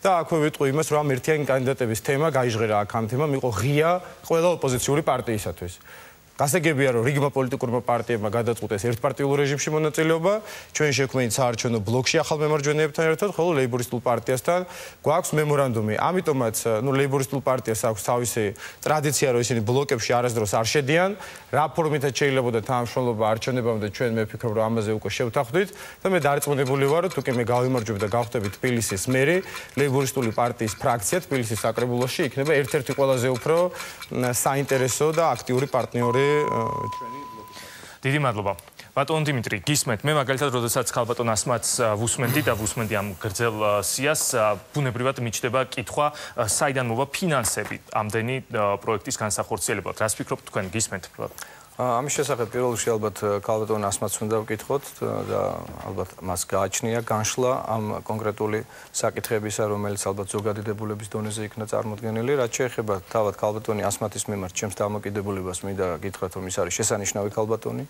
კოლორიტი შეიძლება ითქვას თბილისის არის არაჩვეულებრივი მსახიობი და მე მას ისევ და ისევ სიამოვნებით ვიხილავდი რომელიმე ტელესერიალში ან მხატვრულ აკადემიურ ფილმში დიდი მადლობა ეს არის ყველაფერი რის თქმაც გსურდათ კი ბატონო ეს დრო კრედიტად ჩაგითვალოთ და გადავდივართ ბატონ ნიკასთან ხო ნუ ასე გამოდის დაგჭა დრო გავიყო ჩვენს კარგით ბატონო ნიკა გისმენთ როგორ შეაფასებდით თქვენ ქალბატონი ასმათის დამოკიდებულებას არჩევნებისადმი და იმ პროექტებისადმი რომელიც მან დაასახელა და რომლის განხორციელებასაც ის აპირებს თუ ის გახდება პირველი ქალი მერი თბილისის გისმენთ რა შეიძლება ითქვას გარდა იმისა, რომ რა თქმა უნდა, ისევ და ისევ მოსასმენად არის ძალიან სასიამოვნო, იგივენაირად როგორც ახლა ბატონ დავითს უსმენ, ბატონ კახას, დიმიტრის, ყველანი საუბრობთ პროგრამაზე, მაგრამ თავარი არის ამ პროგრამის ფარგლებში მოცემული პროექტების განხორციელების უნარი და შესაძლებლობები, თორე პროგრამა ხა ისეთი უნდა, როგორც 2012 წელს ქონდა ქართულ ოცნებად, პრაქტიკულად სადღერძელო იყო, უბრალოდ ეს ვერ შეისვა რეალურად, პროგრამა ისეთი იყო, რომ სამწუხაროდ არ განხორციელდა არც ერთი დაპირება. რაც შეეხება ქალბატონ ასმას, მართლა ძალიან დიდ პატივს ვცემ, არა მხოლოდ მე, არამედ ხა ვინც იცნობს ქალბატონ ასმას თბილისში და მე რა თქმა უნდა, ბევრად უფრო კომფორტულად ვგრძნობ ვიდგე მსგავსი ადამიანების გვერდით, რომელთა წარსული არის ძალიან სუფთა და უმციკლო, ვიდრე პარტიიდან პარტიაში გადასულები და წაგება მოგების შემდეგ, ასე ვთქვათ, არჩევნებში და მარცხის შემდეგ, როდესაც პოზიციებს იცვლიან იმ ხალხის გვერდით. ჩემთვის რა თქმა უნდა, ქალბატონ ასმათისნაირი ხალხი არის ბევრად უფრო საპატივცემულო. დიდი მადლობა. და ბატონ დავით, გისმენთ თქვენ ერთი წუთი გაქვთ. მე ქალბატონ ასმათს მივესალმები პირველ რიგში და მე მას პატივს ვცემ, როგორც ქალბატონს და პატივს ვცემ, როგორც მსახიობს, ამ თვალსაზრისით მართლა შემიძლია დავადასტუროთ ჩემი პატივისცემა, რაც შეეხება მის პროგრამას და იმ ჩამონათვალს, რაზეც ის აკეთებდა აქცენტს, რა თქმა უნდა, ჩამონათვალის გაკეთება და ზუსტი ჩამონათვალის გაკეთება შეიძლება, თუმცა აქ მთავარია ვის რა მიდგომები გააჩნია და როგორ. მე ამ შემთხვევაში ამ დროს ჩვენი წინასაარჩევნო პროგრამის ფარგლებში ამ მიმართულებით არსებული ძალიან საინტერესო საკითხების გაჟღერებისთვის გამოვიყენებდი. ჩვენ გვაქვს ძალიან საინტერესო მიდგომები ქალბატონებთან, გენდერთან დაკავშირებით, მათ შორის თბილისის საკრებულოში წარმოდგენილი ყავს 8 კანდიდატი ქალბატონი, რომლებიც დარწმუნებული ვარ, რომ იქნებიან თბილისის საკრებულოს წევრები არჩევნების შემდეგ და ქალბატონი ასმათი, რასაც ხშირად უსვამს ხალხს, რომ ის არის ქალბატონი და მას უნდა დაუჭირონ, ამიტომ მხარი ეს არ არის მყარი არგუმენტი სხვა საკითხებზე ჩვენ დეტალურად გავაკეთებთ. დიდი მადლობა. ბატონო დავით და ქალბატონო ასმათ, თქვენთან გადმოვდივართ, რა თქმა უნდა, თქვენ 2 წუთი გაქვთ იმისათვის, რომ პასუხი გასცეთ თქვენ კონკურენტებს, მაგრამ მე კიდევ ერთხელ უნდა დავაფიქსირო, რომ როდესაც მე რომ ვიყო რომელიმე კანდიდატის ადგილზე და მოვისმინო ყველასგან ამდენი პატივისცემა და ფაქტობრივად 0 კრიტიკა, კიდევ ერთხელ მომობ, ჩავთვლიდი, რომ ეს ადამიანები მე სერიოზულ კონკურენტად არ აღმიქვამენ. თქვენ როგორ ისტაბილურებთ? უბრალოდ ვერ ბედავენ, რომ დავიწყო? უბრალოდ ვერ ბედავენ ჩემთან ისეთ პოლემიკას, რომელიც თქვათ, ან რატომ უნდა გაბედონ რის საფუძველზე, მე რომელი პოლიტიკური წარსული მაქვს, რომელსაც შეუძლიათ რომელიმე მათგანმა რამე შავი ლაქა დასდო და არც ჩემს პირად ცხოვრებას არ აქვს ესეთი შავი ლაქი და ამიტომ ყველას აქვს ზუსტად გამოთქვეს ყველა მის, რაც არის, მაგრამ ამათ ავიწყდებათ, რომ მე მარტო მსახიობი არ გახლავართ, მე ბიზნესმენიც გახლავართ. მაქვს 2 საუკეთესო ბარი თბილისში, რომელიც ჩემი გაკეთებულია და მე მეურნეობაც ვიცი, მენეჯერობაც ვიცი და ბევრი სხვა რაღაცა. აი, ცოტა ეკონომიკაც კარგად ვიცი, იმიტომ რომ კარგად მართავ მე იქაურობას, ისე რომ თქვენ ძალიან კარგია ხო 1000 ჯერ სწავლა დაფას და 10000 ჯერ ზრდილობაო და თქვენი სწავლა კია დაფასებული, მაგრამ ისე რომ მე სხვათა შორის შემიძლია ბევრი რაღაცა და მართავ ბევრა. ამიტომ მე ყოველთვის ვიბრძოდი და ვიბრძოლებ ჩემი ქალაქის კეთილდღეობისთვის. თქვენ არც ერთ იმდენი მონაწილეობა არ მიგიღიათ. მე არ ყირი ვარ ამას, რომ აი აქ ავარ, აქ მიყურეთ, არის კიდევაც ჩემზე წერილი, ჩუმის სიკეთე, ეს მე მოგართმევთ სათითაოდ და წაიკითხეთ. როგორი დიდი სიკეთეა გაკეთებული, რომელიც თვითონ ქალბატონმა თქვა, თორემ მე ამაზე არაფერი არ მithქამ. გარდა იმისა, რომ ჩანარხობენ ხშირად, ხან აქციებს ვაწყობ, არას ვაწყობ, არას, ყველა სუდად მოქცეული ადამიანის წინააღმდეგ. ეს იქნებოდა ნაციონალური მოძრაობა, ეს იქნებოდა ოცნება თუ ვინმე სხვა, მე არასოდეს უკან არ დამიხევია, ყოველთვის წინახაზზე ვარ და ცეცხლი დამინთია ვაკეშიც და თელ ქალაქშიც. აი დენთან დაკავშირებით და კიდევ შემიძლია ეს გავაკეთო. ისე რომ მაგაზე არ შეწუხდეთ, მე ჩემ პროგრამას როგორ განმახორციელებ, შესანიშნავად ყველას გაჯობებთ. ხო მაქვს კიდევ რომ გარდა მაგისა, რაც მე მოგახსენეთ, შესანიშნავია აი ზუსტად სოციალურად დაუცველი ადამიანებისთვის მაქვს არაჩვეულებრივი პროგრამა. მე მირეყავს დღეში უამრავი ადამიანი და მეკითხებიან, რომ სად ნახონ, სად მითხრან თავიანთი გასაჭირი და ელოდებიან ჩემგან დახმარებას. დიდი მადლობა. მთავარია ისეთი ცეცხლი არ დაათმოთ, რომ არ გადაწვათ ვაკე. ქალბატონო ასმათ, მე თქვენც უნდა დაგისვათ დაბატებითი შეკითხვა ამომრჩევლისთვის, მაგრამ გითხარით, რომელია ეს 2 ბარი, რომელსაც თქვენ და ასე წარმატებით მართავთ, რომ მივიდეს აურჩეულობა და დახოს. რა შეუძლია ასმათ ხალხს? რუსთავის ხალხი მთელი ცხოვრება იქ დადიან. ეს არის ჩაბაზბარი ბახშლოვანის ქუჩაზე, პეროვსკაიიდან შესახვევია და მეორე არის ქიაჩელის ქუჩაზე, ბელვილი, ფრანგული ბარი. მობრძანდი და ჩემ გემოვნებასაც და ჩემს არქიტექტურულ ნიშსაც და ჩემ დიზაინურ ნიშსაც იქ ნახავთ. თქვენ ნამყოფი ბრძანდებით. არ ვიცი დანარჩენები ბრძანებულან თუ არა, არ მე მაგრამ ბატონიკა ხარ რადგან ვიცნობ. ხო, ისეთი რეკლამა გაკეთდა რომ მობრძანდით ბატონო და ნახეთ რა შესანიშნავია, ჩემი დიდი მადლობა. დიდი მადლობა ქალბატონო ასმათ და ახლა გადავიდეთ უკვე მართველი გუნდის წარმომადგენელზე, დავით ნარმანიას გამოსვლაც მოვისმინეთ. ჩვენ რომელმაც აგრეთვე ძალიან კონკრეტული მიღწევები დაასახელა თავისი ხელისუფლების და აგრეთვე მიმართულება გვიჩვენა თუ რა მიმართულებით აპირებს ის დედაქალაქის წაყვანას. გისმენთ ბატონ კახა, ისე თქვენგან ვიწყებთ, ერთი წუთი გაქვთ თქვენ. დიდი მადლობა. პირველი ნომერი დიდი პრივილეგია, პირველი კითხვა, ეს ნომერი მივიღე მემკვიდრეობით ლევან გაჩილაძის დროინდელი საპრეზიდენტო შტაბისგან. ბატონ დავითზე მეც მინდა გულწრფელად ოღონდ ეს არა სატელევიზიო დილობის გამო მეც გამოთქვა თავიდან დადებითი შტაბეშტილება არა მხოლოდ როგორც კარგი პროფესიონალის მიმართ რასაც ხშირად ხას უსვამენ არამედ იმის გამო რომ არის ძალიან დინჯი თავდაჭერილი და მე ვფიქრობ რომ ეს თვისება ნამდვილად ჭირდება იმ ადამიანს რომელიც აპირებს რაღაც გარკვეულ პოლიტიკურ საქმიანობაში აქტიურად მონაწილეობას მაგრამ ბატონო დავით თქვენი პოლიტიკური გუნდი და თქვენს მიერ გაცემული ვალდებულებები რამდენად გაძლევთ იმის უფლებას, რომ აიღოთ ახალი ვალდებულებები? მესმის რომ უხერხული კითხვაა, მაგრამ როცა საუბრობთ რომ მოახდენთ გაზის და ელექტროენერგიის ტარიფის სუბსიდირებას, რას ეუბნებით ტელემაყურებელს საწვავის ფასთან, ტარიფთან და იქიდან გამოსაკლებ ერთ ლართან დაკავშირებით. როდესაც საუბრობთ, მაგალითად, რას ეთქვით ბანკის მოვალეებს, რომელსაც ფანჯრები დაუგმანეთ გუშინ, როდესაც ისინი ცენტრალურ ოფისთან მოგადგნენ და პასუხიც კი არ აქვს ამ ადამიანებისთვის. ამ ფონზე ამოიწურა თქვენ. ამ ფონზე რამდენად შეგიძლიათ ახალი ვალდებულებების აღებას? სვამს კითხვას კახა კუკავა, ბატონ დიმიტრი, თქვენ გისმენთ, თქვენ ნაწილობრივ ვისაუბრეთ იმ პრეტენზიებზე, რომელიც გაქვთ ხელისუფლებასთან, კიდევ ერთი წუთი გაქვთ თქვენ ამისთვის გისმენთ. კი ბატონო, ბატონ დავითის მიმართ მეც გამაჩნია ჩემი დადებითი დამოკიდებულება გამომდინარე იქიდან რომ მქონდა მასთან გარკვეულწილად შეხება, როდესაც იგი სამოქალაქო საზოგადოებას წარმოადგენდა კონკრეტული არასამთავრობო ორგანიზაციის მიმართულებით, თუმცა მას შემდეგ რაც იგი გახდა პოლიტიკოსი და დაიკავა მინისტრის პოსტი, რა თქმა უნდა, ყველი ყურადღება გამახვილებული უნდა ყოფილიყო თუ რამდენად ასრულებდა იგი მასზე დაკისრებულ ვალდებულებას და რამდენად პირნათელი იყო იმ ბიუჯეტთან, რომლის შესრულების თვალსაზრისით მე ვფიქრობ, რომ 2014 წლის პირველი კვარტალი არის განსაკუთრებით მძიმე აღსაქმელი, ვინაიდან მხოლოდ 51%-ით იქნა შესრულებული, ხოლო პრემიების და შრომის ანაზღაურების მუხლი მთლიანად 99.9%-ით იქნა ანაზღაურებული, რაც იმაზე მეტყველებს, რომ ბატონი დავითი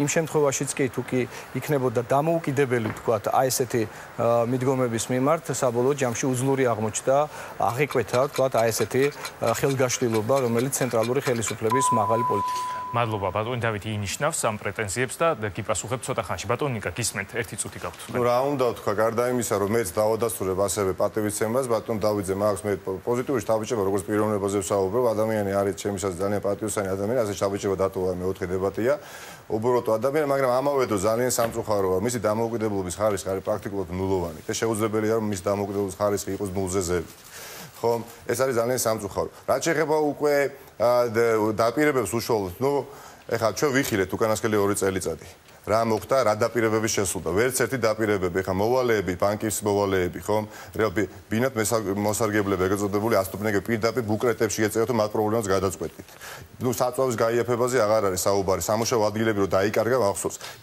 ის ბიუჯეტი რაც ჰქონდათ ისე ვერ აითვისეთ მას შესაძლოა ინფრასტრუქტურის მინისტრი ბრძანდებოდით 200 მილიონი ლარით გაგერღვათ და არა მარტო თქვენ სხვადასხვა სამინისტროებში და რაც არ ჰქონდათ კიდევ ასე თქვა დახარჯული ის დაიწერეთ პრემიების სახით ანუ რთულია მეორე სადგერძელოს მოსმენა და სერიოზულად შეფასება ნამდვილად რთულია დიდი მადლობა ბატონიკა ქალბატონო ასმათ ახლა მაინც თუ მოვისმენთ თქვენგან კრიტიკას უფრო კონკრეტულს ამჟამინდელი ხელისუფლების მიმართ თუ აქვს რა თქმა უნდა შეგიძლიათ არისაუბროთ ამაზე ერთი წუთი რომ პირდაპირ გამოაცხადეს მერად ეს უკვე არის არ ვიცი რა არის ისთვის გვაწვალებენ მაშინ თქვა რომ ინიშნება მერი ეს დიდი შეცდომა იყო მერე გამოაცხადეს რომ არ დაუშვებენ არჩევნებზე ხვის გამარჯვებას ესეც უდიდესი შეცდომა. თან ფაქტიც ის არის 12 კომისიის წევრი რო გეყოლება 13-დან ყველა ესე იმას ნიშნავს რომ მართლა აპირებენ გაყალბებას. გარდა იმისა არანაირი დაფინანსება რო არ მისცეს იმ პარტიებს რომელსაც რეკლამები ჩვენც გვჭირდებოდა რეკლამი. კი ბატონო, მე თვითონ ვარ რეკლამა ბძანეს თვითონ რომ კარგი მსახიობიაო და თვითონ გამოვედი რეკლამა ჩემი თავით, მაგრამ არ იყო ურიგო რომ რეკლამაც ქონოდა. დღეს მოვახსენე ბატონ დავითს რომ ყველგან და ყველგან სურათები არის, სხვათა შორის სამი ნაკლები ბატონი დიმიტრის, ცოტა ნაკლები ბატონი ნიკასი და ბატონი დავითი ხო მთელ თბილისში და მთელ საქართველოში ყველგან ისეთი მე უკვე ისე დაიმახსოვრა ყველამ რომ ვეღარ დაივიწყებენ ვერასოდეს. ამას წინათ გავიერე კიდე და ბუჩქებია რაღაცა დიდი სურათია და ყველაფერი წერია და ბატონი დავითი ბუჩქებიდან იხედა. დიდი მადლობა. დიახ, მორჩა ბოლო ფრაზა არ ვიცი თუ გაიგონა მაყურებელმა, ქალბატონი ასპათი ამბობდა რომ სადღაც ბუჩქებშიც კი ბატონი დავითი აღმოაჩინა. ახლა ბატონი დავითი უკვე ტრიბუნიდან გიპასუხებთ. თქვენ 2 წუთი გაქვთ თქვენ ამისთვის.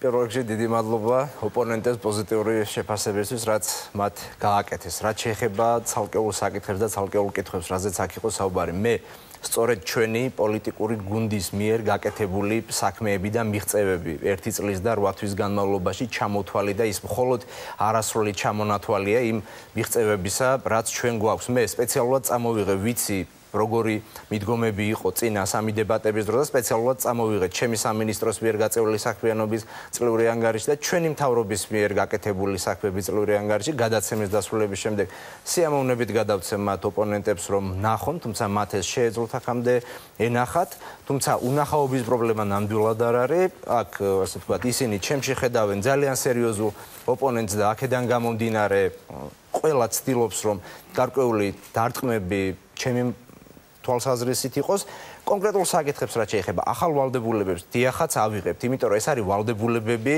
დედაქალაქის მოსახლეობის წინაშე, რომელიც ჩვენ უნდა გავაკეთოთ და შევასრულოთ. ცენტრალური ხელისუფლების მიერ აღებული ვალდებულებები მე ძალიან კარგად მახსოვს, იმიტომ რომ 2012 წელს მე ვიყავი აქტიურად ჩართული კოალიციის წინასაარჩევნო პროგრამის მომზადებაში და კარგად მაქვს შეფასებული რისი გაკეთება შეიძლებოდა და რისი არა.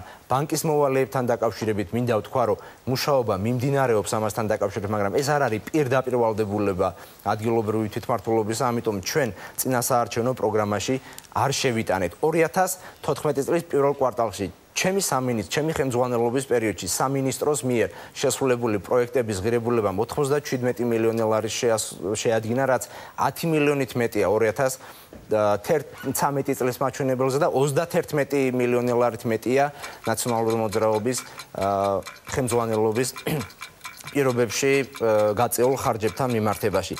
დამოუკიდებლობის ხარისხი რა თქმა უნდა გვექნება, იმიტომ რომ დამოუკიდებლობის ხარისხი თვითმმართველობის კონტროლისა კანონმდებლობის ამოიწურა თქვენი დრო ბატონ დავით, მე ახლა მინდა უფრო კონკრეტულად ვისაუბროთ იმ პრობლემებზე, იმ ტკივნეულ საკითხებზე, რომელიც ყველაზე მეტად აწუხებს მოსახლეობას. მე სხვადასხვა კვლევიდან ამოვიღე რამდენიმე თემა, რამდენიმე საკითხი, რომლის მოგვარებასაც ყველაზე ხშირად ითხოვენ ხოლმე თბილისში, დედაქალაქის მოსახლეობაში. ამ გამოკითხვების შედეგად მე აი რამდენიმე პუნქტი ჩამოწერე, რომელსაც ახლა წარმოგიდგენთ, ეს არის დასაქმება სამუშაო ადგილების, სიღარიბე, სოციალური პროექტები, კომუნალური მომსახურების ღირებულება, ტრანსპორტის ღირებულება და გზების მდგომარეობა, ადგილობრივი სამედიცინო მომსახურება, განათლება, სკოლების საბავშვო და ბაღების პრობლემები და ქალაქის გამწვანება.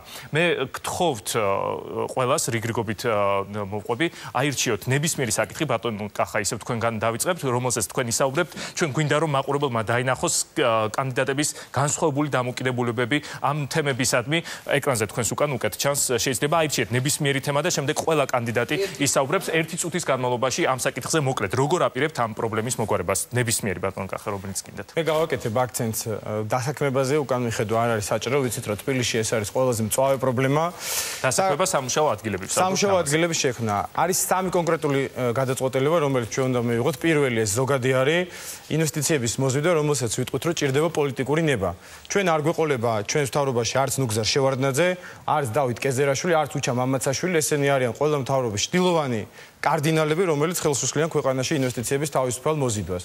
თბილისში, ჩემი გამარჯვების შემთხვევაში, ნებისმიერ ბიზნესმენს, რომელსაც უნდა თანხის ჩადება, ეცოდინება, რომ მისი ბიზნეს პარტნიორი არის თბილისის მერია და ის დაცული იქნება ყველანაირი რეკეტისგან. მეორე საკითხი აქ იყო უკვე საუბარი, ბატონმა დავითმაც გააკეთა ამაზე აქცენტი, მცირე მეწარმეებისთვის დაწესდება ფიქსირებული გადასახადი, მცირე სესხები უკვე გაიცემა ჩემი ინიციატივით 10 მილიონი დოლარი გამოიყო თბილისის ბიუჯეტიდან. გუშინ მე ვიყავი ერთ-ერთ მიკროსაწარმოში აღმაშენებლის გამზერზე, ეს არის თეკის რეწვა და შემიძლია ვთქვა, ასე ვთქვათ, როგორც ჩემი მოღვაწეობის შედეგი, რითაც შემიძლია ასე ვთქვათ, თბილისელების წინაშე წავსდგე, რომ ეს ადამიანი უკვე მიიღებს უახლოეს დღეებში 50,000 ლარიან სესხს, რაც მას მისცემს რამოდენიმე დამატებით ადამიანის დასაქმების საშუალებას. და აუცილებლად უნდა ვთქვათ, იგივე ეროვნული წარმოების შექმნაზე, ეს არის უმთავრესი დაპირება, რომელიც ჰქონდა ყველა მთავრობას და ჩვენ თავს ნუ მოვიტყუებთ საქართველოში სამუშაო ადგილების შექმნის მთავარი რესურსი, ეს არის სოფლის მეურნეობის გადამამუშავებელი წარმოება და მსუბუქი მრეწველობა. ძალიან მარტივად რო ვთქვათ ჩვენ ტელემაყურებლისთვის გასაგებ ენაზე. როდესაც აჭარაში მაგალითად პება, ციტრუსი და ეს კადრები ყველას გვინახია, ხო, ყოველწლიურად ბოლო წლების მანძილზე 500 მილიონი დოლარი ცენტრალურმა მთავრობამ თბილისი პანორამასთვის კი არ უნდა გამოყოს, უნდა გამოყოს იმისთვის, რომ გაიხსნას ფორთოხლის წვენების ქარხანა. იგივე, ეს არის ჩვენი ქვეყნის გადარჩენა, სამუშაო ადგილების რეალურად შექმნის ერთადერთი კონკრეტული გზაა. დიდი მადლობა. ბატონ დიმიტრი, გისმენთ, ჩვენ ზუსტად დროს ამჯერად არ ვზომავთ, უბრალოდ რომ თქვენ მოახერხოთ აზრის დასრულება, ისევ დასაქმებაზე ვსაუბრობთ და სამუშაო ადგილებზე თქვენ როგორ აპირებთ ამ პრობლემის მოგვარებას? მე ვფიქრობ, რომ დასაქმების თვალსაზრისით უნდა გავითვალისწინოთ ის, რომ ყოველ 10 დასაქმებულზე 7-ს ქმნის საშუალო ბიზნესი და მე ვფიქრობ, რომ მცირე და საშუალო ბიზნესის განვითარების ფონდი იქნება ერთ-ერთი მთავარი გამოწვევა, რომელიც დადგება თვითმმართველობის წინაშე. მე ვფიქრობ, რომ მშენებლობა და ასევე ინფრასტრუქტურის განვითარება და ტურიზმი ეს არის სამი ძირითადი კომპონენტი, რომელშიც შეიძლება ჩაიდოს ძალიან მნიშვნელოვანი, ასე ვთქვათ, რესურსი იმისთვის, რომ ადამიანები დასაქმდნენ. რაც შეეხება პირველს, მშენებლობის საკითხს, მე ვფიქრობ, რომ ამ შემთხვევაში ჩვენ გვექნება ძალიან საინტერესო და ინოვაციური პროექტი, ეს გულისხმობს არამომგებიანი სახელმწიფო 50 მილიონიანი ფონდის შექმნას, რომელიც თანადაფინანსებას მოახდენს პირველ რიგში ისეთი ოჯახების მიმართ, რომლებსაც გააჩნიათ გარკვეული შემოსავალი, მაგრამ მიეკუთვნებიან მაინც სოციალურად შეჭირებულებს, მაგალითად მრავალშვილიანები, რომელთა მიმართ რაიმე რეგულაცია საკანონმდებლო არც კი არსებობს საერთოდ. ესეთები შეიძლება იყვნენ ადამიანები, რომლებმაც დაკარგეს ბინა, მაგრამ გააჩნიათ მინიმალური შემოსავალი იმისთვის, რომ საბაზრო ღირებულების მაგალითად 1/3 გადაიხადონ და 50 მილიონიანი ფონდი ამ შემთხვევაში აი ამ სოციალურად გაჭირებულ ადამიანებს, პირველ რიგში მრავალშვილიანებს, მარტოხელა სოციალურად დაუცველ დედებს, თქვათ, რომლებსაც გააჩნიათ შესაძლებლობა იმისა, რომ ისარგებლონ ასეთი ფონდით, რა თქმა უნდა, ეხმარება და გვერდში დაუდგება. ასევე ძალიან მნიშვნელოვანია, რომ დასაქმება შესაძლებელია განხორციელდეს იმ სოციალური თავშესაფრების მშენებლობით, რომლის ვალდებულება ამდენი ხნის განმავლობაში იყო თვითმმართველობის წინაშე, მაგრამ ერთი სოციალური თავშესაფარი არ აშენებულა ქალაქში. ასევე მუნიციპალური საწარმოების განვითარების კუთხით. ჩვენ ცალკე თემად გვაქვს აგრეთვე სიხარიბე და შემიძლია კონკრეტული მაგალითი გითხრათ სიტი პარკის შემთხვევაში, თუ კი სიტი პარკი საინვესტიციო პაკეტიდან გადმოვა მუნიციპალურ საწარმოდ, ჩვენ შეგვიძლია 8000 ადამიანი დამატებით დავასაქმოთ, მათ შორის შეზღუდული შესაძლებლობების მქონე პირები და ასევე სოციალურად დაუცველი პირები, ვინაიდან სიტი პარკი იმ პოზიტიურ პირობას, რომელიც უნდა გულისხმობდეს უпростоრად მიწისზედან მიწისქვეშა პარკირების სერვისების აშენებას, საერთოდ უგულებელყოფს და ერთი ფუნჯით და ერთი საღებავით, ესე იგი მიიღოს 60% მოგების, ეს არის ყოველდღე წარმოუდგენელი. ბატონ ნიკა, თქვენ როგორ აპირებთ დასაქმებისა და სამუშაო ადგილების პრობლემის მოგვარებას დედაქალაქში? თუ გახდებით მერი? დიახ, ძალიან სამწუხაროა, რომ ამ მხრივ მართლაც არანაირი, აი 1 სანტიმეტრითაც ინსვლო არ გვაქვს აბსოლუტურად, რა სამუშაო ადგილებიც იყო, ისიც იკარგება ყოველთვიურად და მნიშვნელოვანი რაც შეიძლება ქმედითი ნაბიჯების გადადგმა, ჩვენ გვაქვს ძალიან წყობრი გეგმა, კერძოდ გვაქვს აუცილებლად განსახორციელებელი შეთავაზება პროგრამაში, რომელიც ჩვენი გამარჯვების შემთხვევაში აუცილებლად გაკეთდება, გულისხმობ გადასახადების დაწევას, კერძოდ საშემოსავლო გადასახადის 5%-ით დაწევას, რაც გამოიწვევს მეტი თანხის მობილიზებას ბიზნესისათვის, მცირე ბიზნესს მიცემს სტიმულს, რომ იგი გაფართოვდეს და რაც უფრო მეტი თანხა დარჩება მას, იგი უფრო ორიენტირებული იქნება გაფართოებაზე. ასევე ძალიან მნიშვნელოვანია, ამაზე ძალიან დიდი ხანია საუბარი არის, მაგრამ მნიშვნელოვანია რომ გაკეთდეს ეხლა, რომ გათავისუფლდეს აქციზური გადასახადისგან საწვავი. ეს ერთი მხრივ მოსახლეობას გაუიაფებს, ასე ვთქვათ, საწვავზე ფას 25 თეთრით, ხოლო ბიზნესს მთელ რიგს სიკეთეს მოუტანს. მაგალითად, საწარმოო ხარჯებს ხო თავისთავად გაუიაფებს, ხომ მეტ ადამიანს დაასაქმებს. აი აქვე ყოველთვის მეოთხე დებატია ერთი და იგივეს თქმა მიწევს პრაქტიკულად. ჩვენი ოპონენტები გვეუბნებიან, რომ კი ბატონო, რომ გავაკეთოთ ეს 180 მილიონის არ შესვლას ბიუჯეტში გამოიწვევს. ანუ 180 მილიონი დააკრება მთავრობას. მაგრამ აი თუ კი ავიღებთ იმ 138 მილიონს, რომელიც დაიწერეს შარშან წლის განმავლობაში გაზრდილ ხელფასებზე, ხო? ნუ აი 40 მილიონი არის სხვაობა. რა უფრო მნიშვნელოვანი იქნებოდა ეს პროექტი განвихორციელებია, ჩვენ და 180 მილიონი არ მოხმარებოდა ბიუროკრატიული აპარატის ზრდას, დეპარტამენტების უფროსებს და თავრობის ასე თქვათ წარმომადგენლებს არ დაეწერათ გაზრდილ ხელფასებზე მაღალი პრემიები თუ ეკონომიკა გაჯასაღებულიყო. ასევე მნიშვნელოვანია, რომ თქვენ იცით, რაც არ უნდა ჯანსაღი და პროგნოზირებადი გარემო შეუქმნათ ჩვენ ბიზნესს, მნიშვნელოვანია რომ თვითონ სახელმწიფო შექმნას დამატებითი სამუშაო ადგილები და როგორ ინფრასტრუქტურული პროექტები, რომელიც ხორციელდებოდა წლების განმავლობაში და რომელიც შეაჩერა ცენტრალურმა ხელისუფლებამ, მათ შორის თბილისში, ხო? ბატონო, ამაზე ჩვენ შეგვიძლია ცალკე ვისაუბროთ, იმიტომ რომ ჩვენ გვაქვს ეს არ არის თავისთავად მხოლოდ ინფრასტრუქტურული, ასე ვთქვათ, პროექტი, რომელსაც ერთი სიკეთე მოაქვს. ეს ამ ინფრასტრუქტურული პროექტების განხორციელება არის ძალიან ქმედითი მექანიზმი მუნიციპალიტეტის ხელში, რომ შექმნას დამატებითი სამუშაო ადგილები და გამოვაცოცხლოს სამშენებლო კომპანიები, გამოვაცოცხლოს არქიტექტორები, ასე შემდეგ. ამაზე ჩვენ შეგვიძლია ცალკეც ვისაუბროთ კიდევ. ქალბატონო ასმათ, გისმენთ, ლეიბორისტული პარტია როგორ აპირებს სამუშაო ადგილების პრობლემის გაუმჯობესებას ყოველ შემთხვევაში ქიანად გვარებავად ძალიან მეც როგორ ვაპირებ და ლეიბორისტული პარტიაც ერთად. სესხები მოგახსენეთ მე მცირე ბიზნესისთვის და საშუალო ბიზნესისთვის უპროცენტო და გრძელვადიანი დაბალპროცენტიანი სესხები. ეს არის გეგმას მოიტანს რომელიც აპირებს ბიზნესის დაწყებას ადამიანი. ამ გეგმის მიხედვით ეს იქნება გეგმა, რომელიც ეტაპობრივად წაიღებს თანხას. მე ვარ იმის მომხრე, რომ არავითარ შემთხვევაში მთლიანი თანხა ერთდროულად არ გაიცეს, იმიტომ რომ შეიძლება იმ ადამიანმა არ იყოს ის ცრუთ გაიტანოს და თაღლითობა და გაიქცეს როგორც მოხდა ბევრი. ეტაპობრივად ერთ თვეში წარმოადგენს ასეთივე გეგმას, ეტაპობრივ გეგმას, იმ თვეში გაიტანს და გვაჩვენებს რა, აი ესეთ ეტაპობრივ გვაჩვენებს რა გააკეთა და მიიყვანს ბიზნეს ბოლომდე. და ეს თანხა, რომელიც მან აიღო, იმ ბიზნესს ნამდვილად მაჩვენებს, რომ გააკეთა ბიზნესი. და გარდა მაგისა, 1 ან 2 წლით მე გავანთავისუფლებდი ბიზნესმენს, დავწყებ ბიზნესმენს, გადასახადები. ეს მთელ მსოფლიოში, ევროპაში ეგრეა. მე სადაც ყოფილვარ და მიკითხე, ყველგან არის ან 1, ან 2, ან ზოგადად 3 წლითაც არის განთავისუფლებული. რომ ის სესხი აუცილებლად გაისტუმროს მან და არ გადავარდეს ვალში. და საერთოდ არ დაკარგოს, აღარც სახლი ქონდეს, აღარც კარი და შეიძლება ციხეშიც წავიდეს. ეს პირველი აუცილებელია ბიზნესის განვითარება, მცირე და საშუალო ბიზნესი თუ არ განვითარდა, ეკონომიკა ვერ განვითარდება. სოფელთან ურთიერთობა აუცილებელია. სოფლის გარეშე ვერაფერს ვერ გააკეთებს. ვერანაირი ეკონომიკა ვერ განვითარდება. სოფელში უნდა დასაქმდეს ხალხი. აუცილებლად მე თქვენი დღეს გითხარით. რატომ მაქვს ხო დრო კიდე? ცოტა, ძალიან ცოტა. მე თქვენ დღეს ვთქვი, რატომ ვერ აითვისეთ? გავიყვანდი სოფელში გზებს, გავიყვანდი სოფელში გაზს, გავიყვანდი სოფელში წყალს. ყველა სოფელს ავადგენ ისე რომ მოუნდეს ამ თბილისში ჩამოსულ ხალხს უკან დაბრუნება და მოგვაწოდოს იქიდან პროდუქცია და საერთო ბიზნესი გაკეთდეს კიდე სოფელთან ერთად. დიდი მადლობა. დიდი მადლობა. ვნახოთ როგორია ბატონი დავითის სტრატეგია ამ პრობლემის მოსაგვარებლად. დასაქმება სამუშაო ადგილები. თავარი კონკურენტი უმუშევრობაა და ჩვენ ამას ვაღიარებთ, რომ უმუშევრობა ნომერ პირველი პრობლემაა ჩვენს ქვეყანაში. ჩვენ გვაქვს კონკრეტული ინსტრუმენტები, ის რაც დედაქალაქის მერიის უფლებამოსილებას განეკუთვნება და იმ უფლებამოსილებას არ ვცდებით. განსხვავებით ჩემი 4-ვე ოპონენტისგან, რომელიც ყველაფერს ამბობს, ოღონდ კი, ასე ვთქვათ, ამორჩევლების პოლიტიკური დივიდენდები მიიღონ. მე ძალიან კონკრეტული ვიქნები. პირველი, ჩვენი მმართველობის პირობებში დედაქალაქს ექნება ეკონომიკური განვითარების სტრატეგია, რაც აუცილებელია იმისათვის, რომ ვიცოდეთ კონკრეტული მიმართულებები. მეორე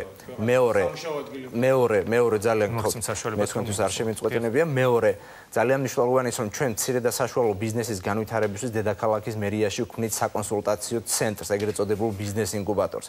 ეკონომიკის სამინისტრომ ჩვენი ხელისუფლების გადაწყვეტილების შესაბამისად მცირე და საშუალო ბიზნესის ხელშეწყობა დაიწყო შესაბამის სამსახურის შექმნა. ჩვენ მუნიციპალურ პროექტებს და პროგრამებს მოვარგებთ სწორედ ამ პოლიტიკას და ამის ფარგლებში მეტი სამუშაო ადგილები შეიქმნება. მესამე, ჩვენ გვექნება მუნიციპალური გადამზადების პროგრამები, პერიოდულად შრომის ბაზრის გამოკვლევას გავაკეთებთ და ისეთ სპეციალობებში, ისეთ პროფესიებში, რაზეც მოთხოვნა იქნება, გადავამზადებთ იმ ადამიანებს, რომლებსაც არ აქვთ შესაბამისი საფასურის გადახდის შესაძლებლობა და ძალიან ბევრი ესეთი ადამიანი ზის ტელეეკრანთან და გვიყურებს ჩვენ.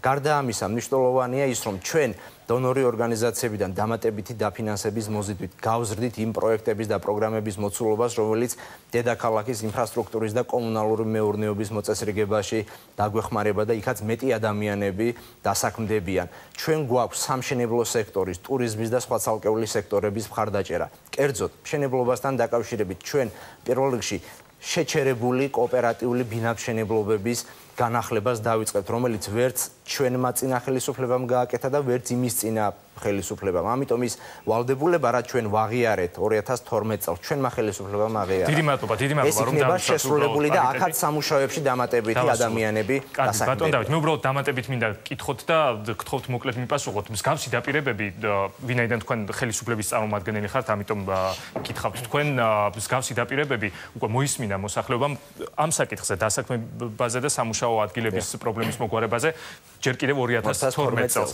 თუმცა ბევრი თulis რომ ეს დაპირებები საერთოდ ვერ სრულდება. რატომ უნდა გენდოთ ამ ჯერად მოსახლეობა?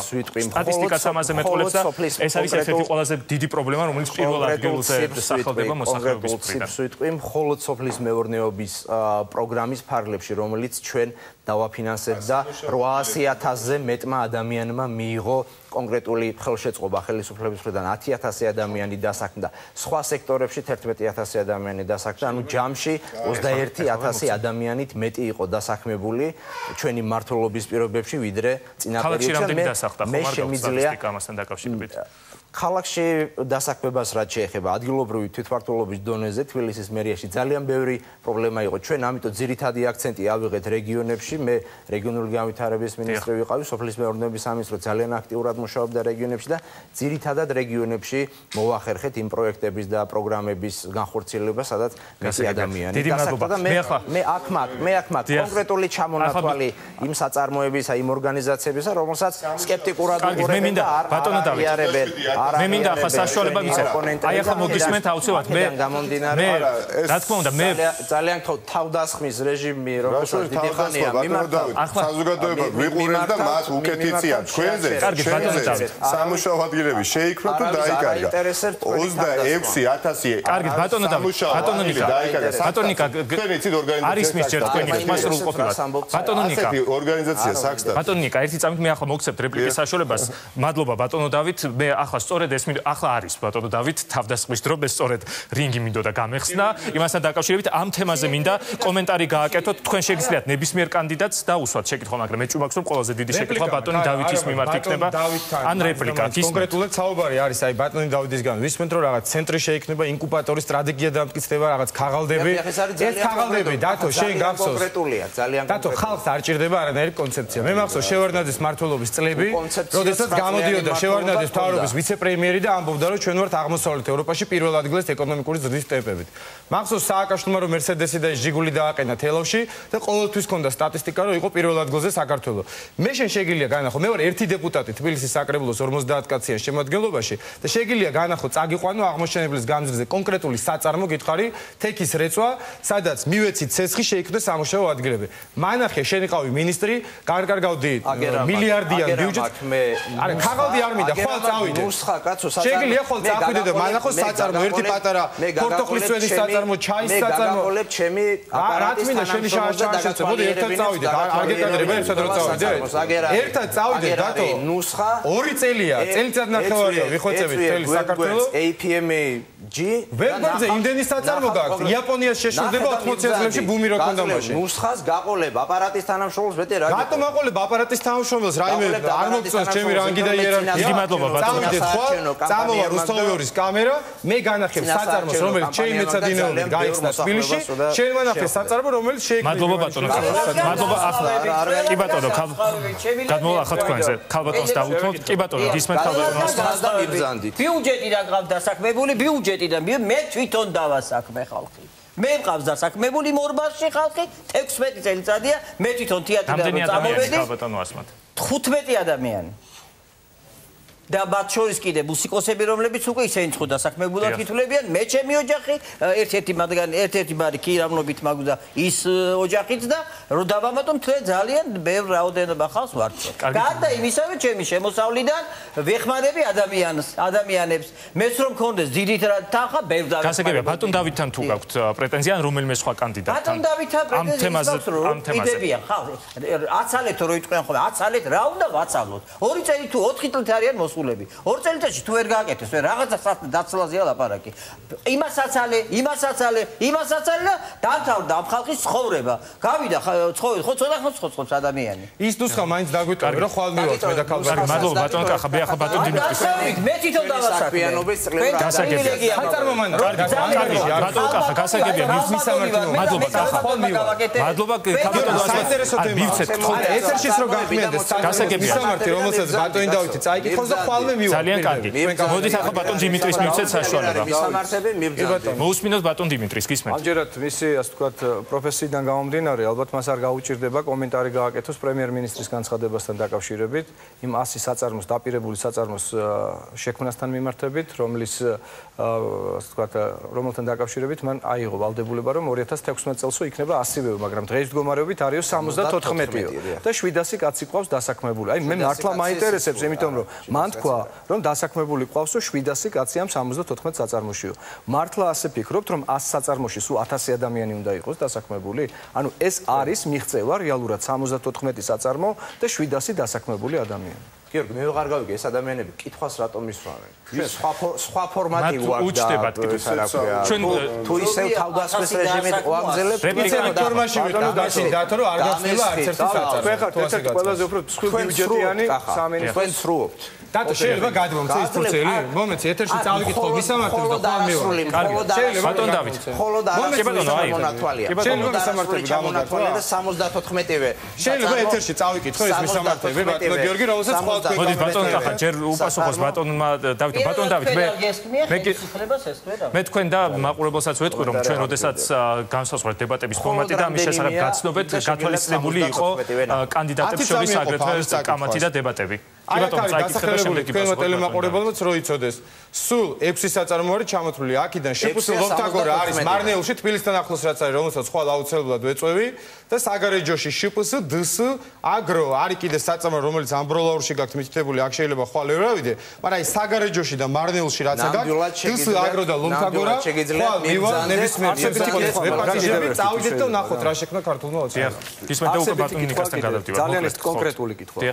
ბატონმა პრემიერმა ასევე თქვა, რომ გაიზარდა ექსპორტი 72%-ით ევროკავშირის წევრ სახელმწიფოებში. თუ შეგიძლიათ ზუსტად მითხრათ, რა კონკრეტული საქონელი გადის, ასე ვთქვათ, ამ 72%-ით? რაც გადის, შეგიძლიათ ნახოთ შესაბამის ვებგვერდზე. თუ შეგიძლიათ. დიდი მადლობა. დიდი მადლობა ბატონო ნიკა. პროგრამის გასაცნობად მოვედი ამ მოწვევების მადლობა. მადლობა ბატონო დიმიტრი. ბატონ დიმიტრი. რეპლიკა გთხოვთ ბატონო ნიკა. ჩვენ ნამდვილად მოვედი წინა საარჩევნო პროგრამის გასაცნობად საზოგადოებისთვის ბატონო დავით, მაგრამ არ მოსულვათ ამავე დროს ტყუილების ტირაჟირებისათვის. თქვენ საუბრობთ იმაზე, რომ სამუშაო ადგილები იზრდება და გულზე ჯიღის ცემით საუბრობთ ამაზე თან. თან ეჭვიც არ გეპარებათ ისე გვიყურებთ. კაი, ჩვენ დავცინით, მაგრამ საზოგადოებას რატო დაცინით? თქვენ ამბობთ, რომ 70 საწარმო გაიხსნა. თქვენ თქვით, რომ 70 საწარმო გახსნილია, მაგრამ ვერც ერთი ვერ აჩვენეთ ბატონო დავით ტელევიზიით, ხო? თქვენ ნუ თუ არიცით და თუ არიცით გეტყვით და მე გამოყვებით და მე განახებთ ბატონო დავით და მე აპარატის თანამშრომელს არ გამოგაყოლებ თბილისში უკანასკნელი 1 წლის განმავლობაში. 1 წლის განმავლობაში უფასო უმწეოთა სასადილოების რაოდენობა 14-ით იმატა და შეადგინა ეხლა ვიდრე ვსაუბრობთ 24,000 ადამიანი. როდესაც იყო 20,000 და გაიზარდა ასევე სასადილოების რაოდენობას და მე ძალიან სამწუხაროდ მიმაჩნია ფაქტი, რომ როდესაც გამარჯვების შემთხვევაში მე მომიწევს გახსნა დამატებითი სასადილოების უფასო. ნაცვლად იმისა, რომ შემცირებულიყო, ნაცვლად იმისა, რომ რეალურად სოციალურ დაუცველებისთვის მეტი სარგებელი მოგიტანა, თქვენ შეუწყვიტეთ 100,000-მდე სოციალურ დაუცველ სტატუსი შეუჩერდა ბატონო დავით და თქვენ ამით როდესაც საუბრობთ, გაითვალისწინეთ, რომ თქვენ უბრალოდ დაგვცინით ბატონო დავით. თქვენ საუბრობთ იმაზე, რომ რეალურად კრიმინალი არ იზრდება, გასაგებია და როდესაც გეკითხებით, რომ 70 საწარმო სად არის, გვეუბნებით, რომ მიდი, ჩართე კომპიუტერი და ვებსაიტზე შედი სოფლის მეურნეობის სამინისტროში. არ მაქვს დაუშვი. მითხარით ბატონო დავით. აი ხა 74 თუ გახსენით. ეხლა თქვენ თუ ეხლა ხალხი ხო გვიყვებს, წარმოვიდგინეთ 14 ქარხანა გაიხსნა და მოგვიტანეთ 7, ხო? აი 74 არ გაიხსნა. ეხლა თქვენ თვითონ 14 გაიხსნა, ხო თუ რა? მადლობა ბატონიკა. მე თვითონ ვერ გავიგე. მადლობა ბატონიკა, მე უნდა მივცე ბატონ დავის პასუხის საშუალება. არ იკადროთ პირველ რიგში თქვენ თავს არ აკადროთ. საზოგადოებას ნუ დავცინით ამაზე. მადლობა ბატონიკა. სამწუხაროდ საქსტატი იცით ასეთი ორგანიზაცია? სახელმწიფო სამსახურის ასე ვთქვათ წარმომადგენელმა განაცხადა თქვენივე ხელისუფლებიდან რომ 26000 სამუშაო ადგილი მხოლოდ 4 დღის წინ 26000 სამუშაო ადგილი დაიკარგა მხოლოდ კერძო სექტორში მე არ მithქვამს ოპოზიციური ძალის წარმომადგენლებს თქვენი ხელისუფლების წარმომადგენლად მადლობა ბატონო ნიკა ბატონ დავით გისმენთ არ ვაპირებ არც ერთ იმ საკითხზე პასუხის გაცემას რომელიც გადაცემის ფორმატში არ ჯდებოდა ნებისმიერ ადამიანს შეუძლია მივიდეს ნახოს შესაბამისი საწარმოები მე მივეცი ნუსხა კახას ეს მხოლოდ არასრული ჩამონათვალია და თქვი რომ დეტალური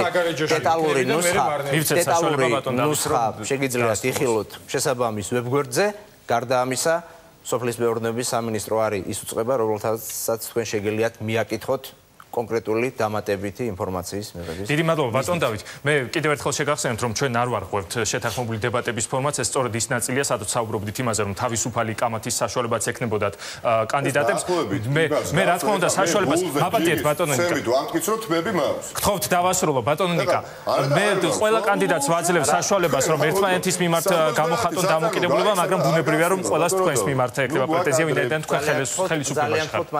ორწუთიანი ფორმატი მომეცით რეპლიკისთვის იმ ადამიანებთან და იმ ასე ვთქვათ კონკრეტულ გამონათქვამებთან მიმართებაში რაც აქ იყო ჩვენ ბოლოში გექნებათ უკვე ყველას რა თქმა უნდა ამის საშუალება ვაღიარებთ იმას რომ უმუშევრობა ქვეყანაში პრობლემაა და ნომერ პირველი პრობლემაა ამას არავინ არ ამბობს მაგრამ მე მომყავს კონკრეტული ფაქტები მომყავს კონკრეტული ციფრები მომყავს კონკრეტული არგუმენტები მიუხედავად ამისა თითეული მათგანი გარდა ძალიან იშვიათი გამონაკლისისა რაღაცა ხელოვნურად მოფიქრებული ციფრებით, რაღაცა ხელოვნურად მოფიქრებული არგუმენტებით მესაუბრება, რაც ძალიან არადამაჯერებელია. მე მიმართავ ჩვენს ამომრჩევლებს, მე მიმართავ თითოეულ ჩვენს თანამოქალაქეს, რომლებმაც ძალიან კარგად იციან თუ რა გავაკეთეთ ჩვენ და ჩვენმა ხელისუფლებამ. ის რომ 800,000-ზე მეტმა ადამიანმა ისარგებლა სოფლის მეურნეობის პროგრამით და წლების განმავლობაში დაუმუშავებელი მიწა დამუშავდა. მთლიანში და პროდუქტში რომ სოფლის მეურნეობის წილმა მოიმატა ნაცვლად წინა ხელისუფლების პირობებში კლებისა. ის რომ 1,700,000 ადამიანმა საყოველთაო დაზღვევის პროგრამით ისარგებლა. მოსწავლემ ისარგებლა უფასო სახელმწიფო ეს რა მიღწევა არ არის? მადლობა ბატონო დავით შეგახსენებთ ყველა კანდიდატს კიდევ ერთხელ გექნებათ საშუალება რომ საბოლოოდ მიმართოთ მაყურებელს და თუ რამე თემა დარჩა რომელზეც გინდოდათ საუბარი მოკლედ აგრეთვე აღნიშნოთ. მოდით გადავიდეთ შემდეგ თემაზე ბატონო დიმიტრი დასაქმებაზე და სამუშაო ადგილებზე ჩვენ უკვე ვისაუბრეთ შეგვიძლია ამ მომენტისთვის დავივიწყოთ ეს თემა და აირჩიეთ ნებისმიერი სხვა თემა რომელზეც თქვენ გსურთ საუბარი და შემდეგ ყველა კანდიდატი ისაუბრებს ამაზე. ბატონო სიღარიბე და სოციალური პროექტები არის შემდგომი საკითხი და შემდგომ საკითხს მივყვეთ თანმიმდევრობით. მე მინდა გითხრათ რომ სიღარიბის დაძლევის კუთხით და საერთოდ მინდა აღვნიშნო რომ ქართული ლექსიკა არის ძალიან მდიდარი ხო ამ კნინობითი ფორმების არის სიღარიბე არის სიღატაკი არის სიღატაკის ზღვარსქვემოთ ყოფნის ესეთი მარეგულირებელი ნორმები და მე ვფიქრობ რომ სიღარიბის მიმართ ჩვენი დამოკიდებულება უნდა იყოს ადეკვატური და უნდა პასუხობდეს მთავარ ნორმას რომ ის შეესაბამებოდეს იმ მინიმუმს საარსებო მინიმუმს, რომელიც დღეს სამწუხაროდ საქართველოში განსაზღვრულია 310 ლარის ოდენობით და დღევანდელი ეგრეთ წოდებული პენსია, რაც შემწეობა, ნახევარიც არ არის საარსებო მინიმუმით გათვალისწინებული თანხისა. ეს არის მწარე რეალობა. აქედან გამომდინარე, ერთ-ერთი მთავარი ინოვაცია, რომელსაც ჩვენ თავაზობთ ცენტრალურ ხელისუფლებას. ეს არის ის, რომ კეთილდღეობის ინდექსი, რომელიც საჭიროებისა და მოხმარების ინდექსების თანაფარდობის ტოლია, გამრავლდეს იმ სიდიდეზე, რომელიც განულდება ყისიერად თუ კი აღმოჩნდება რომ ადამიანის შემოსავალი ნაკლებია საარსებო მინიმუმზე და აღარ იქნება დამოკიდებული სოციალურად დაუცველის სტატუსს მიკუთვნებული ადამიანის მდგომარეობა აქვს თუ არა მას ნახმარი ფარდები აქვს თუ არა ნაჩუქარი ტელევიზორი ან 25 წლის მაცივარი აჩუქა თუ არა მას მეზობელმა ან რომელიმე მოწყალი ადამიანმა. ეს არის მე მგონი სამართლის პრინციპი, რაც პირველ რიგში სოციალური ნიშნით დისკრიმინაციის შესაძლებლობას გამორიცხავს. და როდესაც დისკრიმინაციის საკითხებზე ასეთი ბუმია ატეხილი ქვეყანაში, რა თქმა უნდა ვიცოდეთ რომ ყოველი მეორე ჩვენი თანამოქალაქე სამწუხაროდ სოციალურად დაუცველი ამ შემთხვევაში არის დისკრიმინირებული ამ ნიშნით. არა, კიდევ მინდა დროში შეზღუდული ვართ ბატონო დიმიტრი, ამიტომ ძირითადი პუნქტები გითხოვთ ასე მოკლედ როგორც რაღაცა ქრონომეტრაჟი დაგვეცეთ. ქრონომეტრაჟი რომელსაც მე შეგახსენებთ ასე ზეპირად იმისათვის რომ ძალიან ბევრი გრაფიკა გვაქვს და არ აირიოს მაყურებელი. ბატონო კახა გისმენთ ასევე მოკლედ თქოთ როგორც ბატონი დიმიტრი. თბილისის ბიუჯეტი არის 800 მილიონი და ეს არის დღეს მაფიის ბიუჯეტი. ამას ჭამენ დღეს სხვადასხვა ტენდერებით, სხვადასხვა პრივატიზაციებით და ეს არის უკანასკნელი 20 წლის პრაქტიკა. ჩვენ გვაქვს რიკეზე 60 მილიონიანი საკონცერტო დარბაზი, ახალგაზრდული ოლიმპიადა, რომელიც ფინანსდება 60 მილიონით, ასევე დედაქალაქის ბიუჯეტიდან და იმავდროულად გადის ტელევიზიაში კლიპები, რომ პატარა ქეთა აბაშიძეს $20,000 უნდა შეუგროვონ მარჯანიშვილის თეატრის მსახიობებმა და უამრავი სტატუს შეჩერებული სტუდენტი. ჩვენი ამოცანა არის, რომ ეს მაფიის ბიუჯეტი 800 მილიონი რეალურად ვაქციოთ თბილისის ბიუჯეტად. იყო ალეკო ელისაშვილის ინიციატივა გუშინ და მინდა აქ თქვენ ეთერში მხარი დაუჭირო, რომ პერსონალური ავტომანქანების ექსპლუატაციის გრაფაში, მივლინებების გრაფაში, პრემიერების გრაფაში თბილისის ბიუჯეტი იქნება 0. ახალი საკონცერტო დარბაზების მშენებლობა და ოლიმპიადები იქნება 0. სამაგიეროდ არასრულწლოვანების მწვავე ოპერაციები თავიდან ბოლომდე, პირველიდან ბოლო თეთრამდე დაფინანსდება თბილისის ბიუჯეტის მიერ. სულ ერთ წინადადებას დავამატებ, რომ იცოდნენ თბილისელებმა, ჩვენთან არ არის ბიუჯეტის თulis კულტურა საქართველოში, რა ჯდება ამ მწვავე საკითხების მოგვარება. აი მაგალითად სტატუს შეჩერებული სტუდენტები. მე დავამთავრე ამ ქვეყნის ყველაზე პრესტიჟული უნივერსიტეტის ყველაზე პრესტიჟული ერთ-ერთი ფაკულტეტი, თესეუს იურიდიული ფაკულტეტი. მიუხედავად იმისა, რომ ჩემი მშობლებიც არ იყვნენ დიდრები, ღარიბი ოჯახიდან ვარ გამოსული და მაშინ რომ ყოფილიყო დღევანდელი სისტემა, მე ვერ ვიქნებოდი უნივერსიტეტის იურიდიული ფაკულტეტის კურსდამთავრებული. დღეს არის სისტემა, რომელიც ღარიბი ოჯახიდან გამოსულ ბავშვებს არ აძლევს ამ ფაკულტეტების დასრულების უფლებას. დაახლოებით არის 1500 ლარი, თუ 30%-იანი grant-ი აქვს სტუდენტს გადასახდელი ყოველი წლის ბოლოს. ჩვენ რომ 1000 ბავშვი წავიღოთ, გიორგი, ერთ წინადადებას ვიტყვი. 1000 ყველაზე ნიჭიერი სტუდენტი და 1500 ლარი მას გადაუხადოს თბილისის ბიუჯეტმა, ეს იქნება 1,5 ლარი წლიურად. ანუ გროშები იმასთან შედარებით, რასაც ქალაქის ბიუჯეტი ხარჯავს, მაგალითად, რიკეში იმ სიმახინჯის აშენებაზე. მოусმინოთ ნაციონალურ მოძრაობას, ნიკა მელია, გისმენთ ბატონ ნიკა. რა თქმა უნდა, ჩვენ გვაქვს პროგრამები და პროექტები, რომელიც არის მზადმდგომარეობაში მოყვანილი და ელოდება, ასე თქვა, მხოლოდ გამარჯვებას, რის შემდეგაც განხორციელდება ეს პროექტები, თუმცა თავარი, ასე თქვა, რეცეპტი სიღარიბის დაძლევის და სოციალური, ასე თქვა, პროექტების უფრო მკვეთრად განხორციელების არის სამუშაო ისევ ადგილების შექმნის, რასაც ჩვენ შევეხეთ და აღარ შევეხები, რაც უარესდება და უარესდება, თუმცა აქვე მინდა აღვნიშნო ის სოციალური პროგრამები მიზნობრივი, რომელიც მერიაში არსებობს, მაგრამ ჩვენ გამომდინარე იქიდან, რომ სოციალური ფონი დამძიდე, კიდევ უფრო ვაფართოვებთ ამ მიზნობრივ პროგრამებს. კერძოდ, ჩვენი გამარჯვების შემთხვევაში სექტემბრის თვიდანვე ამოქმედდება იაფი მგზავრობის პროგრამა მუნიციპალურ ტრანსპორტში, ანუ მეტროსა და ავტობუსში, ყველა პენსიონერი, ყველა პედაგოგი, ყველა სტუდენტი, ყველა სოციალურად დაუცველი, ყველა ვეტერანი, უკვე თანხმდები, ასე ვთქვათ, ოჯახის წევრებთან ერთად, ყველა შესაძლებლობების მქონე პირები, თანხმდები პირებთან ერთად ისარგებლებენ აბსოლუტურად უფასოდ. და ყველა სხვა დანარჩენი თბილისელი, ნაცვლად 50 თეთრისა გადაიხდეს მხოლოდ 20 თეთრს. რა თქმა უნდა, ეს არის იმ რეალობიდან გამომდინარე, რომელსაც ჩვენ აუცილებლად თვალი უნდა გაუსწოროთ, ვინაიდან ელემენტარულად A პუნქტი და B პუნქტამდე გადაადგილების საშუალება აღარ ეძლევა ძალიან ბევრს. იმიტომ რომ დაიკარგა სამუშაო ადგილები და იმ პროექტების განხორციელებას უნდა შევუწყოთ ხელი, რომელსაც ჩვენ უკვე ვახორციელებთ პილოტურად, რომელზეც მოგვიანებით ვისაუბრებთ, ეს საკითხია, რაც შეამცირებს კომუნალურ ხარჯებს. მადლობა, ამაზე ძალიან შეგვიძლია, რა თქმა უნდა, ვისაუბროთ. დიდი მადლობა. ქალბატონო ასმათ, თქვენ როგორ აპირებთ სიღარიბის დაძლევას და რა სოციალურ პროექტებს გეგმავთ მერის როლში? პირველ რიგში დღევანდელი ტარიფი წყალზე გაუქმდება. აუცილებლად გადაიხედება ყველა ტარიფები და ტარიფები დაიწევს. ბენზინის ფასი უნდა გაიაფთესა. ბენზინის ფასის მომატება იწვევს ყველა პროდუქტზე ფასის მომატებას. აუცილებლად ჩემი ფეხით შევალ ყველა ოჯახში, ყველა სოციალურად დაუცველ ოჯახში და ის ტელევიზორი აქვს და რაღაც ეგ ჩემთვის არ არის საინტერესო. რა შამს ის, როგორ ცხოვრობს, მუშაობს თუ არა ვინმე ოჯახში, აქვს თუ არა შემოსავალი, ეს არის ანახავი. ყველა მათგანზე გაიცემა პენსიის სახით, დახმარება, პასობია რო ქვია. ხო იცით თქვენ ეს რას ნიშნავს? ვინც არ მუშაობს, ვისაც არ აქვს არანაირი შემოსავალი, იმას სახელმწიფო ვალდებულია რომ შეერი არ მოკვდეს. იმან უნდა სახელმწიფოს იმდენი მისცეს, რომ აუცილებელი რაც არის, პური შაქარი, ხანისხან კარაკი, ხანისხან კარაკი, ხანისხან ხორცი, ყველი და რაღაც აუცილებლად ყოველთვის კონდეს ეს. ეს ყველა ოჯახში შევალ. მე თვითონ შევალ ყველასა. დღეს ხუთი შვილის მამამ დამირეკა და მთხოვა რომ თქვი იქო რომ შია ყველასო. და სამსახურს ვერ შოულობ, დგევარ ხიდის ქვეშო დიდუბეში.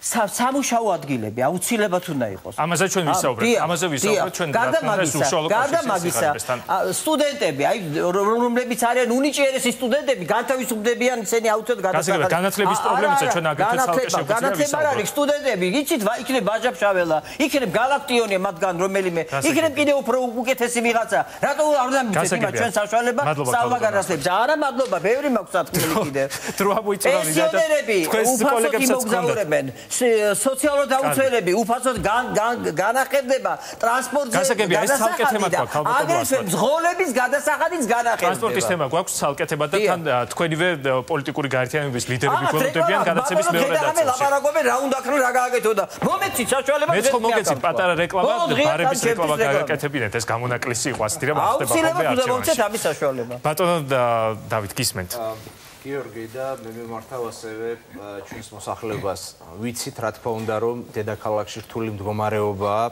სიღარიბის თვალსაზრისით და ძალიან ბევრი ადამიანი სოციალური მხარდაჭერის პროგრამებს საჭიროებს ვინაიდან დედაქალაქში არსებული ეკონომიკური განვითარების დონე ჯერ კიდევ არ არის საკმარისი იმისათვის რომ მეტი სამუშაო ადგილი შეიქმნას ვიდრე ის პროექტები და პროგრამები, რომელსაც მე ეკონომიკური განვითარების ნაწილში და დასაქმების ნაწილში გაუსვი ხაზი არ ამოქმედება, მანამდე რა თქმა უნდა მეტი სოციალური დაცვის პროგრამების განხორციელება მოგვიწევს დედაქალაქში. ამიტომ ჩვენი მმართველობის პირობებში პირველ რიგში რა თქმა უნდა სიღარიბის ზღვარს ქვემოთ ყოფ ადამიანებზე იქნება განსაკუთრებული აქცენტი გაკეთებული და ამ ადამიანებს დედაქალაქის ბიუჯეტიდანაც მიეცემათ კონკრეტული მხარდაჭერა. მრავალშვილიანი ოჯახები ჩვენი მმართველობის პირობებში ისარგებლებენ შესაბამისი კომპენსაციებით, მუნიციპალური კომპენსაციებით. ჩვენ აქ ძალიან მკაფიო კონკრეტიკა გვაქვს. პირველ რიგში ეს არის მესამე შვილის შემთხვევაში 800 ლარიანი მხარდაჭერა, მეოთხე შვილის შემთხვევაში 1000, მეხუთე და შემდგომი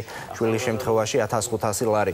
ჩვენ გვაქვს ჯანდაცვის თვალსაზრისით ძალიან საინტერესო მუნიციპალური პროგრამები. ჩვენ გვაქვს შემუშავებული კონკრეტული კრიტერიუმები თუ როგორ უნდა შევაფასოთ ადამიანების მდგომარეობა, ვის ჭირდება ამ თვალსაზრისით მხარდაჭერა და ის უპრეცედენტო პროგრამა, რაც ჯანმრთელობის დაზღვევის თვალსაზრისით დავიწყეთ და რომელსაც ჩვენ მუნიციპალური პროგრამები უნდა დავახმაროთ, რა თქმა უნდა ამ ერთობლივი ასე თქვათ ჰარმონიზაციის გზით ჩვენ მივახწევთ იმას რომ ისეთ ადამიანები, რომლებიც ოპერაციისთანაც დაფინანსებას საჭიროებენ, კონკრეტულ მედიკამენტებს საჭიროებენ და კონკრეტულ გამოკვლევებს საჭიროებენ, დაფინანსებული იქნება დედაქალაქის ბიუჯეტი. მოდით გადავიდეთ შემდეგ თემაზე, სიღარიბეზე და სოციალურ პროექტებზე ჩვენ უკვე ვისაუბრეთ. ბატონ ნიკა, თქვენ შეგიძლიათ ნებისმიერი თემა აირჩიოთ, არ არის აუცილებელი რომ მიყვეთ თანმიმდევრობას, საინტერესოა რომელ თემას აირჩევთ თქვენ. ხორცდები, სამედიცინო მიმართულება არის, ხო თუ ხორცდები? არის აქ მაგალითად ადგილობრივი პრობლემის სამედიცინო მომსახურება. შეგიძლიათ სამედიცინო მომსახურებას ბატონი დავითი საუბრობს რომ 800 მილიონს გამოვყოთ 4 წლის განმავლობაში და წელიწადში დავხარჯოთ 200 მილიონს. ჩვენ წელიწადში 200 მილიონს უკვე ვხარჯავთ ბატონო დავით ისედაც მერის მიზნობი პროგრამის ფარგლებში მედიკამენტოზური და ოპერაციული დახმარების აღმოსაჩენად თბილისელებისათვის.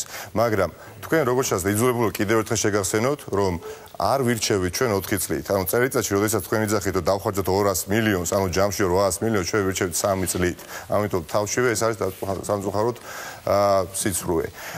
რაც შეეხება იმ ძიმე ფონდს, რომელიც შეიქმნა ჩვენ კიდევ უფრო იძულებულები ხდებით რომ გავაფართოვოთ ეს პროგრამა და ნაცვლად 200 მილიონის რომელიც გვაქვს ისედაც გამოყოფილი გავზარდოთ 20 მილიონით და ამ ხრივ მოვახერხოთ დაფინანსება ყველა იმ საჭიროებებისა სამედიცინო თვალსაზრისით რომელიც თბილისელებს აწუხებთ თქვენ მოგეხსენებათ საყოველთაო დაზღვევა არაფინანსებს ძალიან ბევრ მიმართულებას მხოლოდ მე როგორც მოქმედმა თაწმინდის რაიონის გამგებელმა პატარა რაიონში თაწმინდის რაიონში 1,300,000 დავხარჯე შარშან წლის განმავლობაში. მხოლოდ ერთმა გამგეობამ ჯამში მთლიანად მერიამ დახარჯა 200 მილიონი. და ბატონი დავითი როდესაც საუბრობს რომ 200 მილიონს დავხარჯავ, ეს იხარჯება ბატონი დავით. არა. 840 მილიონი წელიწადში 200 მილიონს ვერ დახარჯავთ ბატონი, თუ 4 წლით არც ერთი ჩვენთაგანი არ ვიჩევით. ეს არის მნიშვნელოვანი რომ გაფართოვდეს და ხარისხიანი ჯანდაცვა ამით შეიქმნას, მაგრამ ისევ და ისევ რომელ საკითხზეც არ უნდა ვისაუბროთ ჩვენ ბატონო გიორგი. ყველა საკითხის გადაწყვეტის გზა გადის დასაქმებაზე. თუ კი ბიუჯეტში თანხა არ შემოვიდა, თუ კი 700 მილიონით გაირღვა ცენტრალური ბიუჯეტი. ბუნებრივია ყველა მიმართულებას შორსაგვანს ასეთი დეტალიზაცია გისმენთ ბატონო კახა თქვენ რას ფიქრობთ როგორ უნდა მოგვარდეს სახელმწიფო სამედიცინო მომსახურებაზე ვიდრე ბატონი დავითი იტყვის მე თვითონ ვიტყვი და უნახავები არა ვართ რომ ამ ხელისუფლების ალბათ ერთადერთი პუნქტი სადაც გარკვეული პროგრესი საზოგადოება მიგზნო ეს არის ჯანდაცვა და ამისათვის მე არაერთხელ პირადად მადლობა გადამიხდია ბატონი სერგენკოსთვის რომელიც ალბათ ერთადერთი ქმედუნარიანი მინისტრი არის დღეს საქართველოს მთავრობაში ამის მიუხედავად ალბათ ობიექტური მიზეზების გამო არის ძალიან წვავე იგივე პრობლემა რაზეც ახლა ვისაუბრე, ეს არის არასრულწლოვანების მწვავე ოპერაციები, სადაც უნდა იყოს 100%-იანი დაფინანსება. არ შეიძლება მშობელი ელოდებოდეს მაგთის გამოცხადებულ სარეკლამო ნომერზე, რამდენი ადამიანი განახორციელებს ლარიან ზარს. რაც შეეხება უშუალოდ მუნიციპალიტეტს, აქ კიდე გავამახვილებ მეორე საკითხზე, თქვენ იცით, რომ იყო პოლიკლინიკები ქალაქ თბილისის მერიის საკუთრებაში, რომელიც გაიყიდა პირდაპირ კრიმინალური სქემით უკანასკნელი წლების განმავლობაში და ყველას გახსოვთ ეს ოპერასთან რო არის მაგალითად პოლიკლინიკა შუა ქალაქი და სხვაც ბევრი არის ასეთი. ეს იყო პირდაპირ კრიმინალური სქემა, რის გამოც მერიის ჩინოვნიკები უნდა ჩაждდეთ ციხეში. ერთი ლარი არ გადაუხდეთ, ვინმე ლომსაძე არის, რომელსაც 5 ობიექტი აქვს ნაყიდი. როგორ ხდებოდა ეს, რომ ჩადებდნენ ბანკში აი ამ თვითონ პოლიკლინიკას, ბანკიდან აიღებდნენ კრედიტი და ამ კრედიტით ფარავდნენ მერე. დიდი მადლობა ბატონ კახა. ყველა ამ საკითხთან დაკავშირებით ჩვენ საკრებულოს მიმართავთ ინიციატივით, რომ შეიქმნა საგამოძიებო კომისია და ეს ერთლარად გასხვისებული პოლიკლინიკები და მუნიციპალური ქონება აუცილებლად დადგება დღის წესრიგში ყოველ შემთხვევაში მათი ქალაქის ბალანსის დაბრუნების საკითხი. პირველ რიგში საკითხი ეხება ადგილობრივ სამეცნიერო მომსახურებების საკითხს. ეს არის პრევენციული ჯანდაცვის თემა და ამ მიმართულებით არის ძალიან სერიოზული რევიზია პირველ რიგში ჩასატარებელი. ჩემი მერად არჩევის შემთხვევაში პირველ რიგში ჩავატარებ რევიზიას იმ მიმართულებით, რომელიც რაც გულისხმობდა პირველად ჯანდაცვის ორგანიზაციების გაყიდვის მართლზომიერების თემას.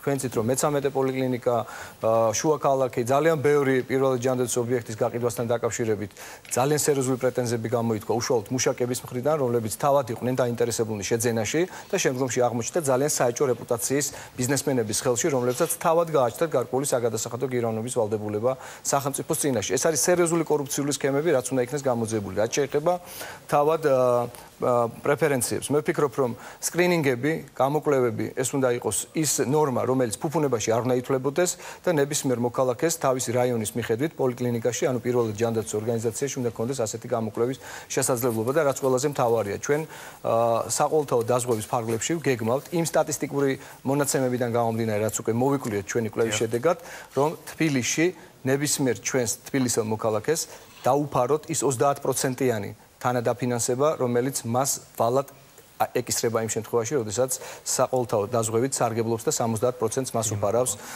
საყოველთაო დაზღვევა. ამ შემთხვევაში ჩვენ გვექნება კადნიერება იმისა, რომ 30%-იანი, ასე ვთქვათ, თანადაფინანსება შევთავაზოთ. დიდი მადლობა ბატონ დიმიტრი ქალბატონო ასმათ გისმენთ. სხვათა შორის ამ პოლიკლინიკებთან დაკავშირებით ზუსტად იგივე აზრი მაქვს. მე ვიცი რამოდენიმე პოლიკლინიკა, სადაც ხანძარი გააჩინეს და მერე ვითომ დაიწვა და გაიყიდა და ეგ კორპუსები აშენდა, კომერციული პარტები გაიყიდა მერე ქალაქის ცენტრში და მაგალითად ვაკეში არის ერთი რო შესასვლელი აღარ არის, იმდენი კორპუსები აშენდა იქ, რომ შესასვლელში უკვე მანქანები აღარ ედება, როგორც ყველგან. ეს მართლა გადასახედია, სწორად ბრძანეს ბატონმა კახამას და ბატონო დიმიტრიმაც, გადასახედია, ვინ როგორ მე კიდევ ვნახე, რომ ლარათ აქვს შესყიდული გუშინ წყნეთში ვიყავი, მთელი წყნეთის ტყე ხალხს. ლარათ, ერთ ლარათ უშველებელი ფართო. ეს ყველაფერი გადასახედია სხვათა შორის. და აუცილებლად უნდა ეს ყველაფერი დაბრუნდეს ქალაქს უნდა დაუბრუნდეს, მუნიციპალიტეტს უნდა დაუბრუნდეს. მე ეს ახლა 70%-ს რო იხდის მერია, ეს სახელმწიფო და 30%-ს კიდე იფხელა ფასი აქვს უკვე დადებული იმ ოპერაციის თანხა, რომ ის 30% უკვე დიდი თანხაა. ვეღარ იხდის ის პაციენტი, რომელსაც ის 30% ადის 3000 ლარამდე, ადის 1500. მე მაგალითად ერთ შემახლობეს ნახევარი მე გადაუხადებ და ნახევარი ესე ვიმათხოვრეთ, შევაგროვეთ და ისე გავაკეთებინეთ ოპერაცია. სწორი ბრძანა ბატონმა დიმიტრი, მუნიციპალიტეტმა მეც ესეთი გეგმა მაქვს ზუსტად, რომ ის 30%, რომელიც არ აქვს საშუალება, ვისაც საშუალება აქვს, წავა და სხვა კლინიკაში გაიკეთებს ძალიან ძვირფას კლინიკა გადაიხდეს იმ. ზოგი მიდის თურქეთში იქეთ, ზოგი მიდის გერმანიაში. იმათ აქვს საშუალება. და არ ჭირდებათ იმათ არ 70%. აი ვისაც არ აქვს ამის საშუალება, ის მუნიციპალიტეტმა უნდა დააფინანსოს. ბავშვებია მისახედი. მუნიციპალური სამავთყოფო ასაშენებელი სასწრაფო. რაზეც თქვენ ისაუბრეთ. რაც თქვენ აღნიშნეთ. დიდი მადლობა. ბავშვებისთვისაც სხვა და პოლიკლინიკები დასაბრუნებელი. მადლობა ქალბატონო ასმათ. ბატონ დავით გისმენთ. მევე თანხმები იმ საერთო პათოს რაც აქ იყო პოლიკლინიკებთან დაკავშირებით, ეს მართლაც სერიოზული პრობლემაა დედაქალაქში და როცა ჩვენ არსებული მდგომარეობის შეფასება გავაკეთეთ ჯანდაცვის ნაწილში, რა თქმა უნდა, ნომერ პირველ პრობლემად დასახელდა და ეს სწორედ იმ ხელისუფლებამ გაყიდა, რომლის წარმომადგენლის დღეს აქ ბატონი ნიკა მელია ბრძანდება. და ჩვენც აუცილებლად გამოვიძიებთ ამ საკითხს და არ დავტოვებთ ამას რეაგირების გარეშე. პარალელურ რეჟიმში ჩვენ ვიმუშავებთ იმაზე, რომ ეს ქსელი და ეს სისტემა მოვაწესრიგოთ და პირველადი ჯანდაცვა, რაც თვითმმართველობის კოდექსის მე-16 მუხლით თვითმმართველობის უფლებამოსილებას განეკუთვნება, იყოს დალაგებული, მოწესრიგებული და ადამიანს არ ეშინოდეს გამოკვლევის ჩატარების. მეორე, რაც მნიშვნელოვანია, ჩვენი მმართველობის პირობებში გვექნება ძალიან კონკრეტული ჯანდაცვითი პროგრამები პენსიონერებისთვის და სოციალურად დაუცველი ადამიანებისთვის და ისეთი ოპერაციები, ისეთი გამოკვლევები, რომელიც საყოველთაო დაზღვევის პროგრამით არ ფინანსდება, სრულად დაფინანსდება მუნიციპალიტეტის ბიუჯეტიდან. ჩვენ აუცილებლად მოვაწესრიგებთ სასწრაფო გამოძახების სამსახურის ოპერატიულობას და მასთან დაკავშირებულ პრობლემურ საკითხებს, რაც ასევე ძალიან მნიშვნელოვანია. ჩვენ ვიზრუნებთ და ვიმუშავებთ იმაზე, რომ დაავადებების პრევენციაზე გავაკეთოთ ძირითადი აქცენტი და არა ის, რომ მასობრივი გადამდები დაავადებები გავრცელდეს და შემდგომ მოვახდინოთ მასზე რეაგირება. პრევენცია ძალიან სერიოზული ინსტრუმენტია და უფრო ნაკლები დანახარჯებით შეგვიძლია ვიდრე თქვათ რაიმე დაავადების გავრცელების შემთხვევაში შედეგს მივაღწევთ და კიდევ ერთი რაც ჩვენ სხვებისგან განსხვავებს არის ის, რომ ჩვენი პროგრამით ცხოვრების ჯანსაღი წესი ერთ-ერთი მნიშვნელოვანი მიმართულებაა. დღეს ჩვენი ახალგაზრდები ან საათობით ქუჩაში დგანან ან საათობით კომპიუტერთან ზიან. ჩვენ ავაშენებთ მასობრივი სპორტის ობიექტებს, თითო რაიონს, თითო მრავალფუნქციური სპორტული კომპლექსი ექნება თავისი საცურაო აუზით, რათა ჯანსაღი ახალგაზრდა თაობა გავზარდოს. მადლობა. მოდით რეპლიკა პოლიკლინიკების საქმის გამოძიებას ძალიან მოკლედ ხო 9-ჯერ გადავეცით ეს ქალაქის პროკურატურას და ბადაშვილის პროკურატურამ 9-ჯერ გვიპასუხა უარით. ამიტომაც მე გთხოვდით თქვენ დარწმუნებული ვარ თქვენს გულწრფელ ზრახვებში, მაგრამ თქვენს კოლეგას ბადაშვილს უთხრათ რომ დაკავდეს ამ საკითხით და ნუ იქნება ამ კორუფციის და მადლობა. ახლა ხელისუფლებაზე არსებულ დაკავდეს ადიყვნენ, რატო არ აკეთებდნენ ამ ყველა? ეხლა რო იძლებიან დაპირებენ. კარგით, ახლა თქვენ შეგიძლიათ ქალბატონო ასმათ აარჩიოთ მომდევნო თემა, რომელსაც ჩვენ ვისაუბრეთ. მე გთხოვთ ვინაიდან ჩვენი დრო იწურება და თქვენი პარტიების ლიდერები გველოდებიან უკვე რომ მათ აგრეთვე ისაუბრონ მტკივნეულ თემებზე, რომელიც აწუხებს მოსახლეობას. აი კომუნალური მომსახურების ღირებულება, ტრანსპორტის ღირებულება და გზების შეკედება, განათლება, სკოლების, საბავშვო ბაღების პრობლემა, ქალაქის გამწვანება. აი ეს საკითხებია, რომელზე გსურთ თქვენ საუბარი. ძალიან მინდა ქალაქის გამწვანება, ძალიან მინდა ტრანსპორტის ღირებულება და აგრეთვე კომუნალური რა ვიცი. ერთ-ერთი აირჩიეთ. ერთ-ერთი. მე ისიც იქნება, ხო? ყველას ვერ მოვასწრებთ, აი ხუთი თემა გვექნება, რომელსაც თქვენ აირჩევთ. ერთ-ერთი აირჩიეთ. მოდი ქალაქის გამწვანება. ქალაქის გამწვანება, კი ბატონო, გისმენთ. კატეგორია ქალაქის გამწვანება. ქალაქის გამწვანება. იგი რაც მე მინახავს სხვა ქვეყნებში გამწვანების პარკები და სკვერები, მე არსად არ მინახავს მსგავსი უბედურება, რაც ხდება ჩვენ. რომ სადმე ვინმე ბედავდეს, რომ პარკში აშენებდეს რაღაცას, პარკი იყიდებოდეს სადმე. ეს რომ ლონდონში გააკეთოს ვინმე, ჰაიდ პარკში, ან ჰოლანდ პარკში, ან სხვა, ან ელისეის მინდორებს ვიღაცამ ჩადგა თავისი რაღაცა შენობა, ან ძვირფასი ადგილია, ძვირფასად გაიყიდება. ესეთი რამე არსად არ ხდება. რაც ხდება ჩვენთან, რაც მოხდა ვაკის პარკში, რაც მოხდა ალექსანდროვის პარკი ერქვა იმას, ახლა სხვა პარკი ქვია. რაც მოხდა თბილისში ვერის პარკთან. ეს საოცრება, ეს არაფრით არ შეიძლება. თბილისს ალამაზებდა ეს ულამაზესი პარკები და არ შეიძლება ხელისხლება სასწრაფოდ და შეჭერდეს. რეკრეაციული ზონები, ბატონი კახა, თქვენ მე და თქვენ ერთად ვიყავით აქციაზე ვაკეში მესხე საუნთქოს უკან რაკნეს. ზუსტად ჩემ თვალწინ 60 ნაძვის ხე ნელ-ნელა მოჭრეს და გადაგდეს. გავიდოდი ერთ დღეს ხედავდი აღარ არის რამდენი.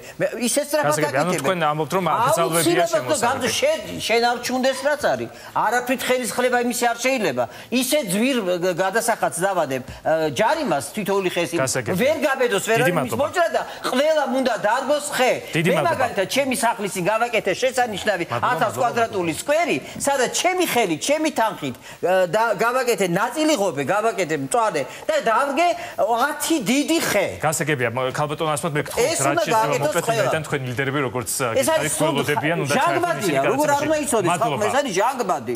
ამის გარეშე სულთქვა შვილებმა ხონა ისონთქვა. გისმენთ ბატონო კახა. ჩამონათვალი სახით ვიტყვი მარტიშინ პირდაპირ რომ მწვანე ზონაში, ქალაქის მწვანე ზონაში უნდა შეცდეს ყოველგვარი მშენებლობა, ის რაც ხდება დღეს ვაკის პარკში, კუსტბაზე, ვარაზის ხევში, გლდანის მიკრორაიონებში, სადაც ასათიანზე, სადაც პირდაპირ პარკებში შენდება მაღალსართულიანი კორპუსები, ეს არის კრიმინალი. მეორე, ისტორიულ ზონაში, სადაც არის კულტურული მემკვიდრეობა, აგრეთვე გამორიცხული უნდა იყოს ყოველგვარი თბილისის პანორამა და მსგავსი ტიპის პროექტების განხორციელება და ბოლოს თელს დანარჩენ თბილისში. უნდა მოხდეს აუცილებლად ქალაქ პროექტის ტიპის მსგავსი ორგანიზაციის აღდგენა. ჩვენ მქონდა რამოდენიმე დღის წინ ძალიან საინტერესო შეხვედრა არქიტექტორთა კავშირში და აუცილებელი არის რომ გაუქმდეს ეგრეთ წოდებული ზონალური შეთანხმებები და კოეფიციენტების გაყიდვა და მხოლოდ კოლეგიალურ ორგანოს არქიტექტორებისაგან და ურბანისტებისაგან შემდგარ ორგანოს დაეკმაყოს გენერალურ გეგმაში ნებისმიერი ცვლილება. ბატონ დიმიტრი გისმენთ. ძალიან მნიშვნელოვანი საკითხია, რომელიც ვერ მოგვარდება იმ შემთხვევაში, თუ კი არ იქნება თბილისის განვითარების, ურბანული განვითარების გენერალური გეგმა. სივრცითი დაგეგმარება, არ იქნება მოწყობილი ურბანული ეკოსისტემა და რეალურად არ იქნება განსაზღვრული მართლაც წვავეთ თანაც ცენტრალური საკანონმდებლო დონეზე რეგულაციები, რომელიც სადამსჯელო სანქციებს გაატარებს იმ შემთხვევაში, თუ კი სკვერებში, რეკრეაციულ ზონებში მოხდება ხელოვნური ჩარევა. და დაწყებული დენდროპარკიდან დასრულებული ბოტანიკური ბაღით ნამდვილად ჩვენთვის უმნიშვნელოვანესია შევინარჩუნოთ ის, რაც ჯერ კიდევ შესანარჩუნებელია. რაღა იქ თემა ეხება სკვერებს და პარკებს, მე არ შემიძლია არ შევეხო ეკოლოგიის ზოგადად ისეთ მნიშვნელოვან საკითხებს, ეკოლოგიის წინაშე არსებულს, როგორიც არის მაგალითად კანონის მოქმედება, ეს არის ატმოსფერული ჰაერის დაცვის შესახებ კანონი, რომელიც 2000 წელს არის ჯერ კიდევ მიღებული, 2004-2007 წლებში გადმოვადდა, მაგრამ ვერა მოქმედა ერთ-ერთი მნიშვნელოვანი ნორმა, რომელიც ბენზინის ხარისხის დაცვას შეეხება. თქვენ იცით, რომ 900,000 ავტომანქანა არის რეგისტრირებული საქართველოში და მათ მიერ დაბინძურებული ჰაერის აუზის მოცულობა შეადგენს 95%-ს და ეს ამის ძირითადი მიზეზი გახლავთ ის, რომ ჩვენ აზრიური ხარისხის ბენზინი გვაქვს, მაგრამ გვაქვს ევროპული ფასები და ეს არის პირველ რიგში მისახედი და მე ვთვლი, რომ თვითმმართველობის დონეზე, როგორც ფასების, ასევე ხარისხის რეგულაცია სასწრაფოდ შესაძლებელია. ბატონ ნიკა გისმენთ. ძალიან მნიშვნელოვანი მიმართულება, რომელსაც რა თქმა უნდა ძალიან დიდი ენერგია და ძალისხმევა ჭირდება, რომ არსებული კიდევ უფრო გაუმჯობესდეს, მწვანე ზონებს გულისხმობ და დამატებით შეიქმნას ახალი სკვერები, ახალი პარკები, თქვენ იცით, ხშირად საუბრობენ ჩვენზე, რომ გაჩეხეს თბილისი, გაანადგურეს თბილისი, 250 სკვერი, 250 სკვერი კეთილ მოეწყო უკან წლების განმავლობაში. ეხლა ვისაც ახსოვს თბილისი რა იყო 10 წლის წინ, ის დამეთანხმება და ვისაც არ ახსოვს თბილისი, რა თქმა უნდა ძალიან რთული იქნება მათთან კამათი პლუს ამას დამატებული 11 კეთილმოწყობილი პარკი, რომელიც არ არსებობდა, აბსოლუტურად არ არსებობდა. მაგრამ რა თქმა უნდა, იყო ეხლა გადასტომები და მე მზად ვარ ეხლა ის სადაც არ შეიძლება შენობის კი ბატონო აშენება, მე მზად ვარ ჩემი წინამორბედის თამამი პოლიტიკა ამემართულებით გავაკრიტიკო, მაგრამ არ მივიღებ იმ კრიტიკას იმ ადამიანისაგან, რომელიც ორივე ხელს წევს ჯერ კიდევ არ არსებული პანორამა თბილისის, ასე ვთქვათ, დამტკიცებული პროექტის სასარგებლოდ, რომელიც მზად არის ხარი დაუჭიროს სოლოკის ქედის მოჭრას. და რა თქმა უნდა იცოდეს საზოგადოება, რომ სოლოკის ქედის მოჭრა სამწუხაროდ ყოველგვარი ნებართვის გარეშე არის დაწყებული. რაც დაუშვებელი არის და გენერალურ გეგმაზე საუბარი მაშინ, როდესაც პარალელურ რეჟიმში ბატონი ნარმანია ხარს უჭერს პანორამა თბილისის პროექტის განხორციელებას, რა თქმა უნდა, არის ძალიან რთული ამის მოსმენა და გულწრფელობა აქ უკეთესეს იმედსტოვებს და რაც შეეხება პარკების და ბაღების განახლებას, იგი გაგრძელდება, ვიდრე ჩვენ საუბრობთ უკვე მიმდინარეობს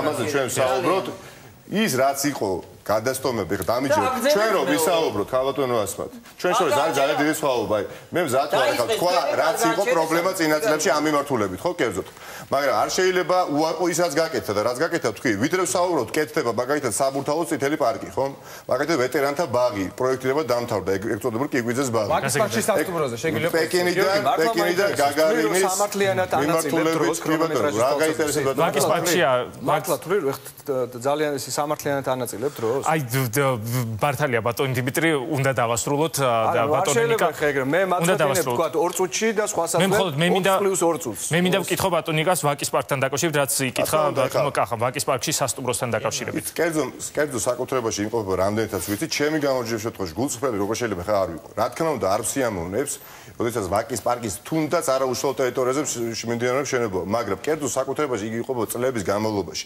მნიშვნელოვანია რომ გათვალისწინებული იქნეს მზარდი საზოგადოებრივი ინტერესი ამ თვალსაზრისით, მაგრამ ამავე დროს გათვალისწინებული იყოს კერძო მესაკუთრების ინტერესი. ეხლა ისეთი რიტორიკით საუბრობენ, რამდენიმე მეურვეობის კანდიდატები, ასეთი ჩაბეჭდება, რომ მათ მეურვეობა უნდათ, ხოლო იმიტომ რომ განხორციელდეს ამას სიკვდილი, იმას გასაგებია, მადლობა ბატონ ნიკა, ბატონ და მადლობის დროს მე გავაკეთე აქცია და მოვიდა ჩემ აქციაზე სააკაშვილი. გასაგებია, მადლობა ქალბატონ ასმად, მოგესმინოთ ბატონ დავითს. პირველ რიგში ჩვენ წელსვე დავიწყებთ ქალაქის განაშენიანების გენერალური გეგმის მომზადებას და გენერალურ გეგმაში ცალკე ნაწილი ექნება დათმობილი გამწვანების და რეკრეაციულ ზონებს. გამწვანების ზონებში იქ სადაც ჯერ კიდე შემორჩენილია ტერიტორიები და აღარ არის ხეები, ჩვენ დამატებით დავრგავთ ხეებს. ის 1 მილიონი ხის დარგვის შესახებ განაცხადი, რომელიც მე გავაკეთე სპორტის სასახლეში გამოსვლისას და ჩვენს პროგრამაში მითითებულია. კონკრეტულ გაანგარიშებებს ეყნობა, რისთვისაც ჩვენ დაახლოებით 300 ჰექტარი ტერიტორია დაგჭირდება დედაქალაქში და მის შემოერთებულ დასახლებებში, რაც რასაკვირველია, რეალისტურია. დედაქალაქის მერია იზრუნებს იმაზე, რომ პირველ რიგში შეარჩევს ტერიტორიებს, გააკეთებს ნიადაგის კვლევას, შეარჩევს შესაბამის ჯიშებს, შეისყიდის მათ და ზაფხულის განმავლობაში მოახდენს მათ მორწყვას, იმისათვის რომ ისინი არ განადგურდნენ, ხოლო რაც შეეხება გამწვანების აქციას, გამწვანების აქციაში ჩაერთვება ყველა ის მოქალაქე ტელევიზიასთან ძალიან ბევრი ადამიანი ზის, რომელსაც ამის შესაძლებლობა და სურვილი აქვს, რომ ჩაერთოს მასობრივი გამწვანების აქციებში. ძალიან ბევრ ორგანიზაციას აქვს ასევე სურვილი. ამიტომ ჩვენი სლოგანი ერთად ვიზრუნოთ თბილისს სწორედ გულისხმობს იმასაც, რომ თითოეულმა ჩვენთაგანმა ჩვენი წვლილი შევიტანოთ დედაქალაქის გამწვანების, განაშენიანების და განვითარების საქმეში. ამიტომ ამაზე ძალიან აქტიურად კარგი. მადლობა ბატონ დავით და ჩვენ ძალიან ცოტა დრო დაგვრჩა, მაგრამ მადლობა ბატონ დავით, მე გთხოვთ ახლა თქვენ არჩიოთ ბოლო თემა, რომელზეც გთხოვთ ძალიან მოკლედ ვისაუბროთ, რომ უკვე გადავიდეთ თქვენი პარტიების ლიდერებზე, რომლებიც შემოგვიერთდებიან კომუნალური მომსახურების ღირებულება, ტრანსპორტის ღირებულება, გზების მდგომარეობა და განათლება სკოლების საბავშვო ბაღები. ტრანსპორტი და გზები. კი ბატონო, გისმენთ. ტრანსპორტი და გზები ერთ-ერთი მოუწესრიგებელი მიმართულებაა ჩვენს დედაქალაქში. გადატვირთულია ძალიან ბევრი უბანი. საიდან გამომდინარე მნიშვნელოვანია განვახორციელოთ კომპლექსური ღონისძიებები, რათა საცობებისგან განიტვირთოს დედაქალაქი. ჩვენ ამისთვის პირველ რიგში მზად გვაქვს 10 ინფრასტრუქტურული პროექტი და მიმდინარე პერიოდშიც მუშაობთ და დავიწყებთ ამ პროექტების განხორციელებას. თუმცა მხოლოდ ინფრასტრუქტურული პროექტების განხორციელებით, ცალკეული ესტაკადების მშენებლობით, ცალკეული გზების გაფართოებით შედეგი ვერ მიიღწევა. ჩვენ ნაკადების სრულყოფილ კვლევას გავაკეთებთ წელსვე და ამ კვლევის საფუძველზე მარშრუტებს და ნაკადებს, განსაკუთრებით მუნიციპალური ტრანსპორტის ნაკადებს გადავალაგებთ სხვანაირად, ისე რომ ამანაც ხელი შეუწყოს დედაქალაქის საცობებისგან განტვირთვას. კიდევ შემდეგი საკითხი, რაც მნიშვნელოვანია, გზების ცალკეული ნაწილები დაკავებულია კომპანია City Parks და ნაცვლად იმისა, რომ იქ ავტომობილებმა იმოძრავონ, არის შემოხაზული და დგანან ავტომობილები, რაც ასევე წარმოშობს საცობს. ჩვენ ვაიძულებთ კომპანია City Parks, რომ მან ააშენოს მიწის ზედა და მიწის ქვეშა პარკირების სისტემები და ეს ზოლი მთლიანად გავანთავისუფლოთ, იმიტომ რომ მასთან ძალიან კაბალური ხელშეკრულება გაფორმებული, ძალიან ბევრი ვალდებულებები შეუსრულებელი აქვს და აქედან გამომდინარე მას შეუძლია დამატებითი პასუხისმგებლობა აიღოს, თუმცა არ გამოვრიცხავ იმას, რომ უფრო მძიმე შედეგიც კი დადგეს ამ კომპანიასთან მიმართებაში. გარდა ამისა, აუცილებელია და მნიშვნელოვანია, რომ ჩვენ დღის განმავლობაში შევზღუდოთ დასუფთავების ავტომანქანების გადაადგილება, იმიტომ რომ ისინიც განსაკუთრებით ვიწრო უბნებში ქმნიან საცობებს და კიდევ ერთი ძალიან მნიშვნელოვანი საკითხი, მე როგორც ინფრასტრუქტურის მინისტრმა ძალიან კარგად ვიცი, როგორ მოუვარო და როგორ მოვაწესრიგო ინფრასტრუქტურა. დღეს დედაქალაქში დანგრეული გზები, რომელიც სერიოზულ დისკომფორტს ქმნის, არის იმ პოლიტიკური გუნდის დანატოვარი, რომელიც 14 ივნის დატოვებს დედაქალაქის მართლობას, ამ შემთხვევაში ჩვენს ერთ-ერთ ოპონენტს გულისხმობთ, ანუ ეს არის მიზანმიმართული საბოტაჟი, რომელსაც დედაქალაქის მერია დღემდე ეწევა. დიდი მადლობა, ბატონ კახ გისმენთ. ჩვენი პროგრამა არის ძალიან კონკრეტული. თქვენ ხედავთ ახლა ქალაქის გამწვანებაზე და სხვა თემებზეც როცა არის საუბარი, თეორიულად და კონცეპტუალურად იგივე პოზიცია გვაქვს, მაგრამ როგორც კი კონკრეტულ ობიექტზე გადადიხარ, ჩვენ გვაქვს კონკრეტული პოზიცია, ოპონენტებს უჭერთ ამისი დაკონკრეტება. მე მინდა ტრანსპორტის საკითხზე თქვა, პირველი City Park-თან კონტრაქტი გაუქმდება, იმიტომ რომ ეს არის კაბალური კონტრაქტი. ასევე გაუქმდება კორუფციული კონტრაქტი, რომელიც დაიდო თავის დროზე თბილისის მიკროავტობუსთან და მოხდა ამ სფეროს მონოპოლიზაცია და აგრეთვე აუდორთან. სამივე ეს არის მონოპოლისტი კომპანია. რაც შეეხება გზებს, ჩვენ როცა საუბრობთ ქალაქის განახლებულ გენერალურ გეგმაზე, თავარი პრიორიტეტი უნდა იყოს, რომ თბილისს არ ჭირდება დამატებით მაღალსართულიანი კორპუსები. მთელი აუთვისებელი ფართობი, რომელიც აქვს თბილისს, უნდა მოხმარდეს გამწვანებული ზონების, გზების და ავტოსადგომების მშენებლობას. ის რაც ხდება დღეს თბილისში და მე ერთ ობიექტზე მერიაში საჩივარი შემოვიტანე, რომელიც უპასუხოდ დარჩა, რომ ავტოსადგომებზე შენდება პრინდაპის სავაჭრო ცენტრები, ეს არის კორუფცია და ქალაქის გენერალური გეგმის წინააღმდეგ გადადგმული ქმედება ერთდროულად. დიდი მადლობა ბატონ დიმიტრი გისმენთ. გზების მდგომარეობიდან მინდა დავიწყო. არ ვიცი, ამ შემთხვევაში ალბათ კახა მეტად კომპეტენტური იქნება და დამეხმარება პასუხზე. რამდენად ჩემთვის ცნობილი გახდა, მას შემდეგ რაც საგრებულომ გაზარდა ხელფასები, მას შემდეგ, ესე იგი, აპრილის თვეში მიმდინარე წლისა დამატებით საგზაო ინფრასტრუქტურიდან ამოკლებული იქნა დაახლოებით 3 მილიონი ლარი.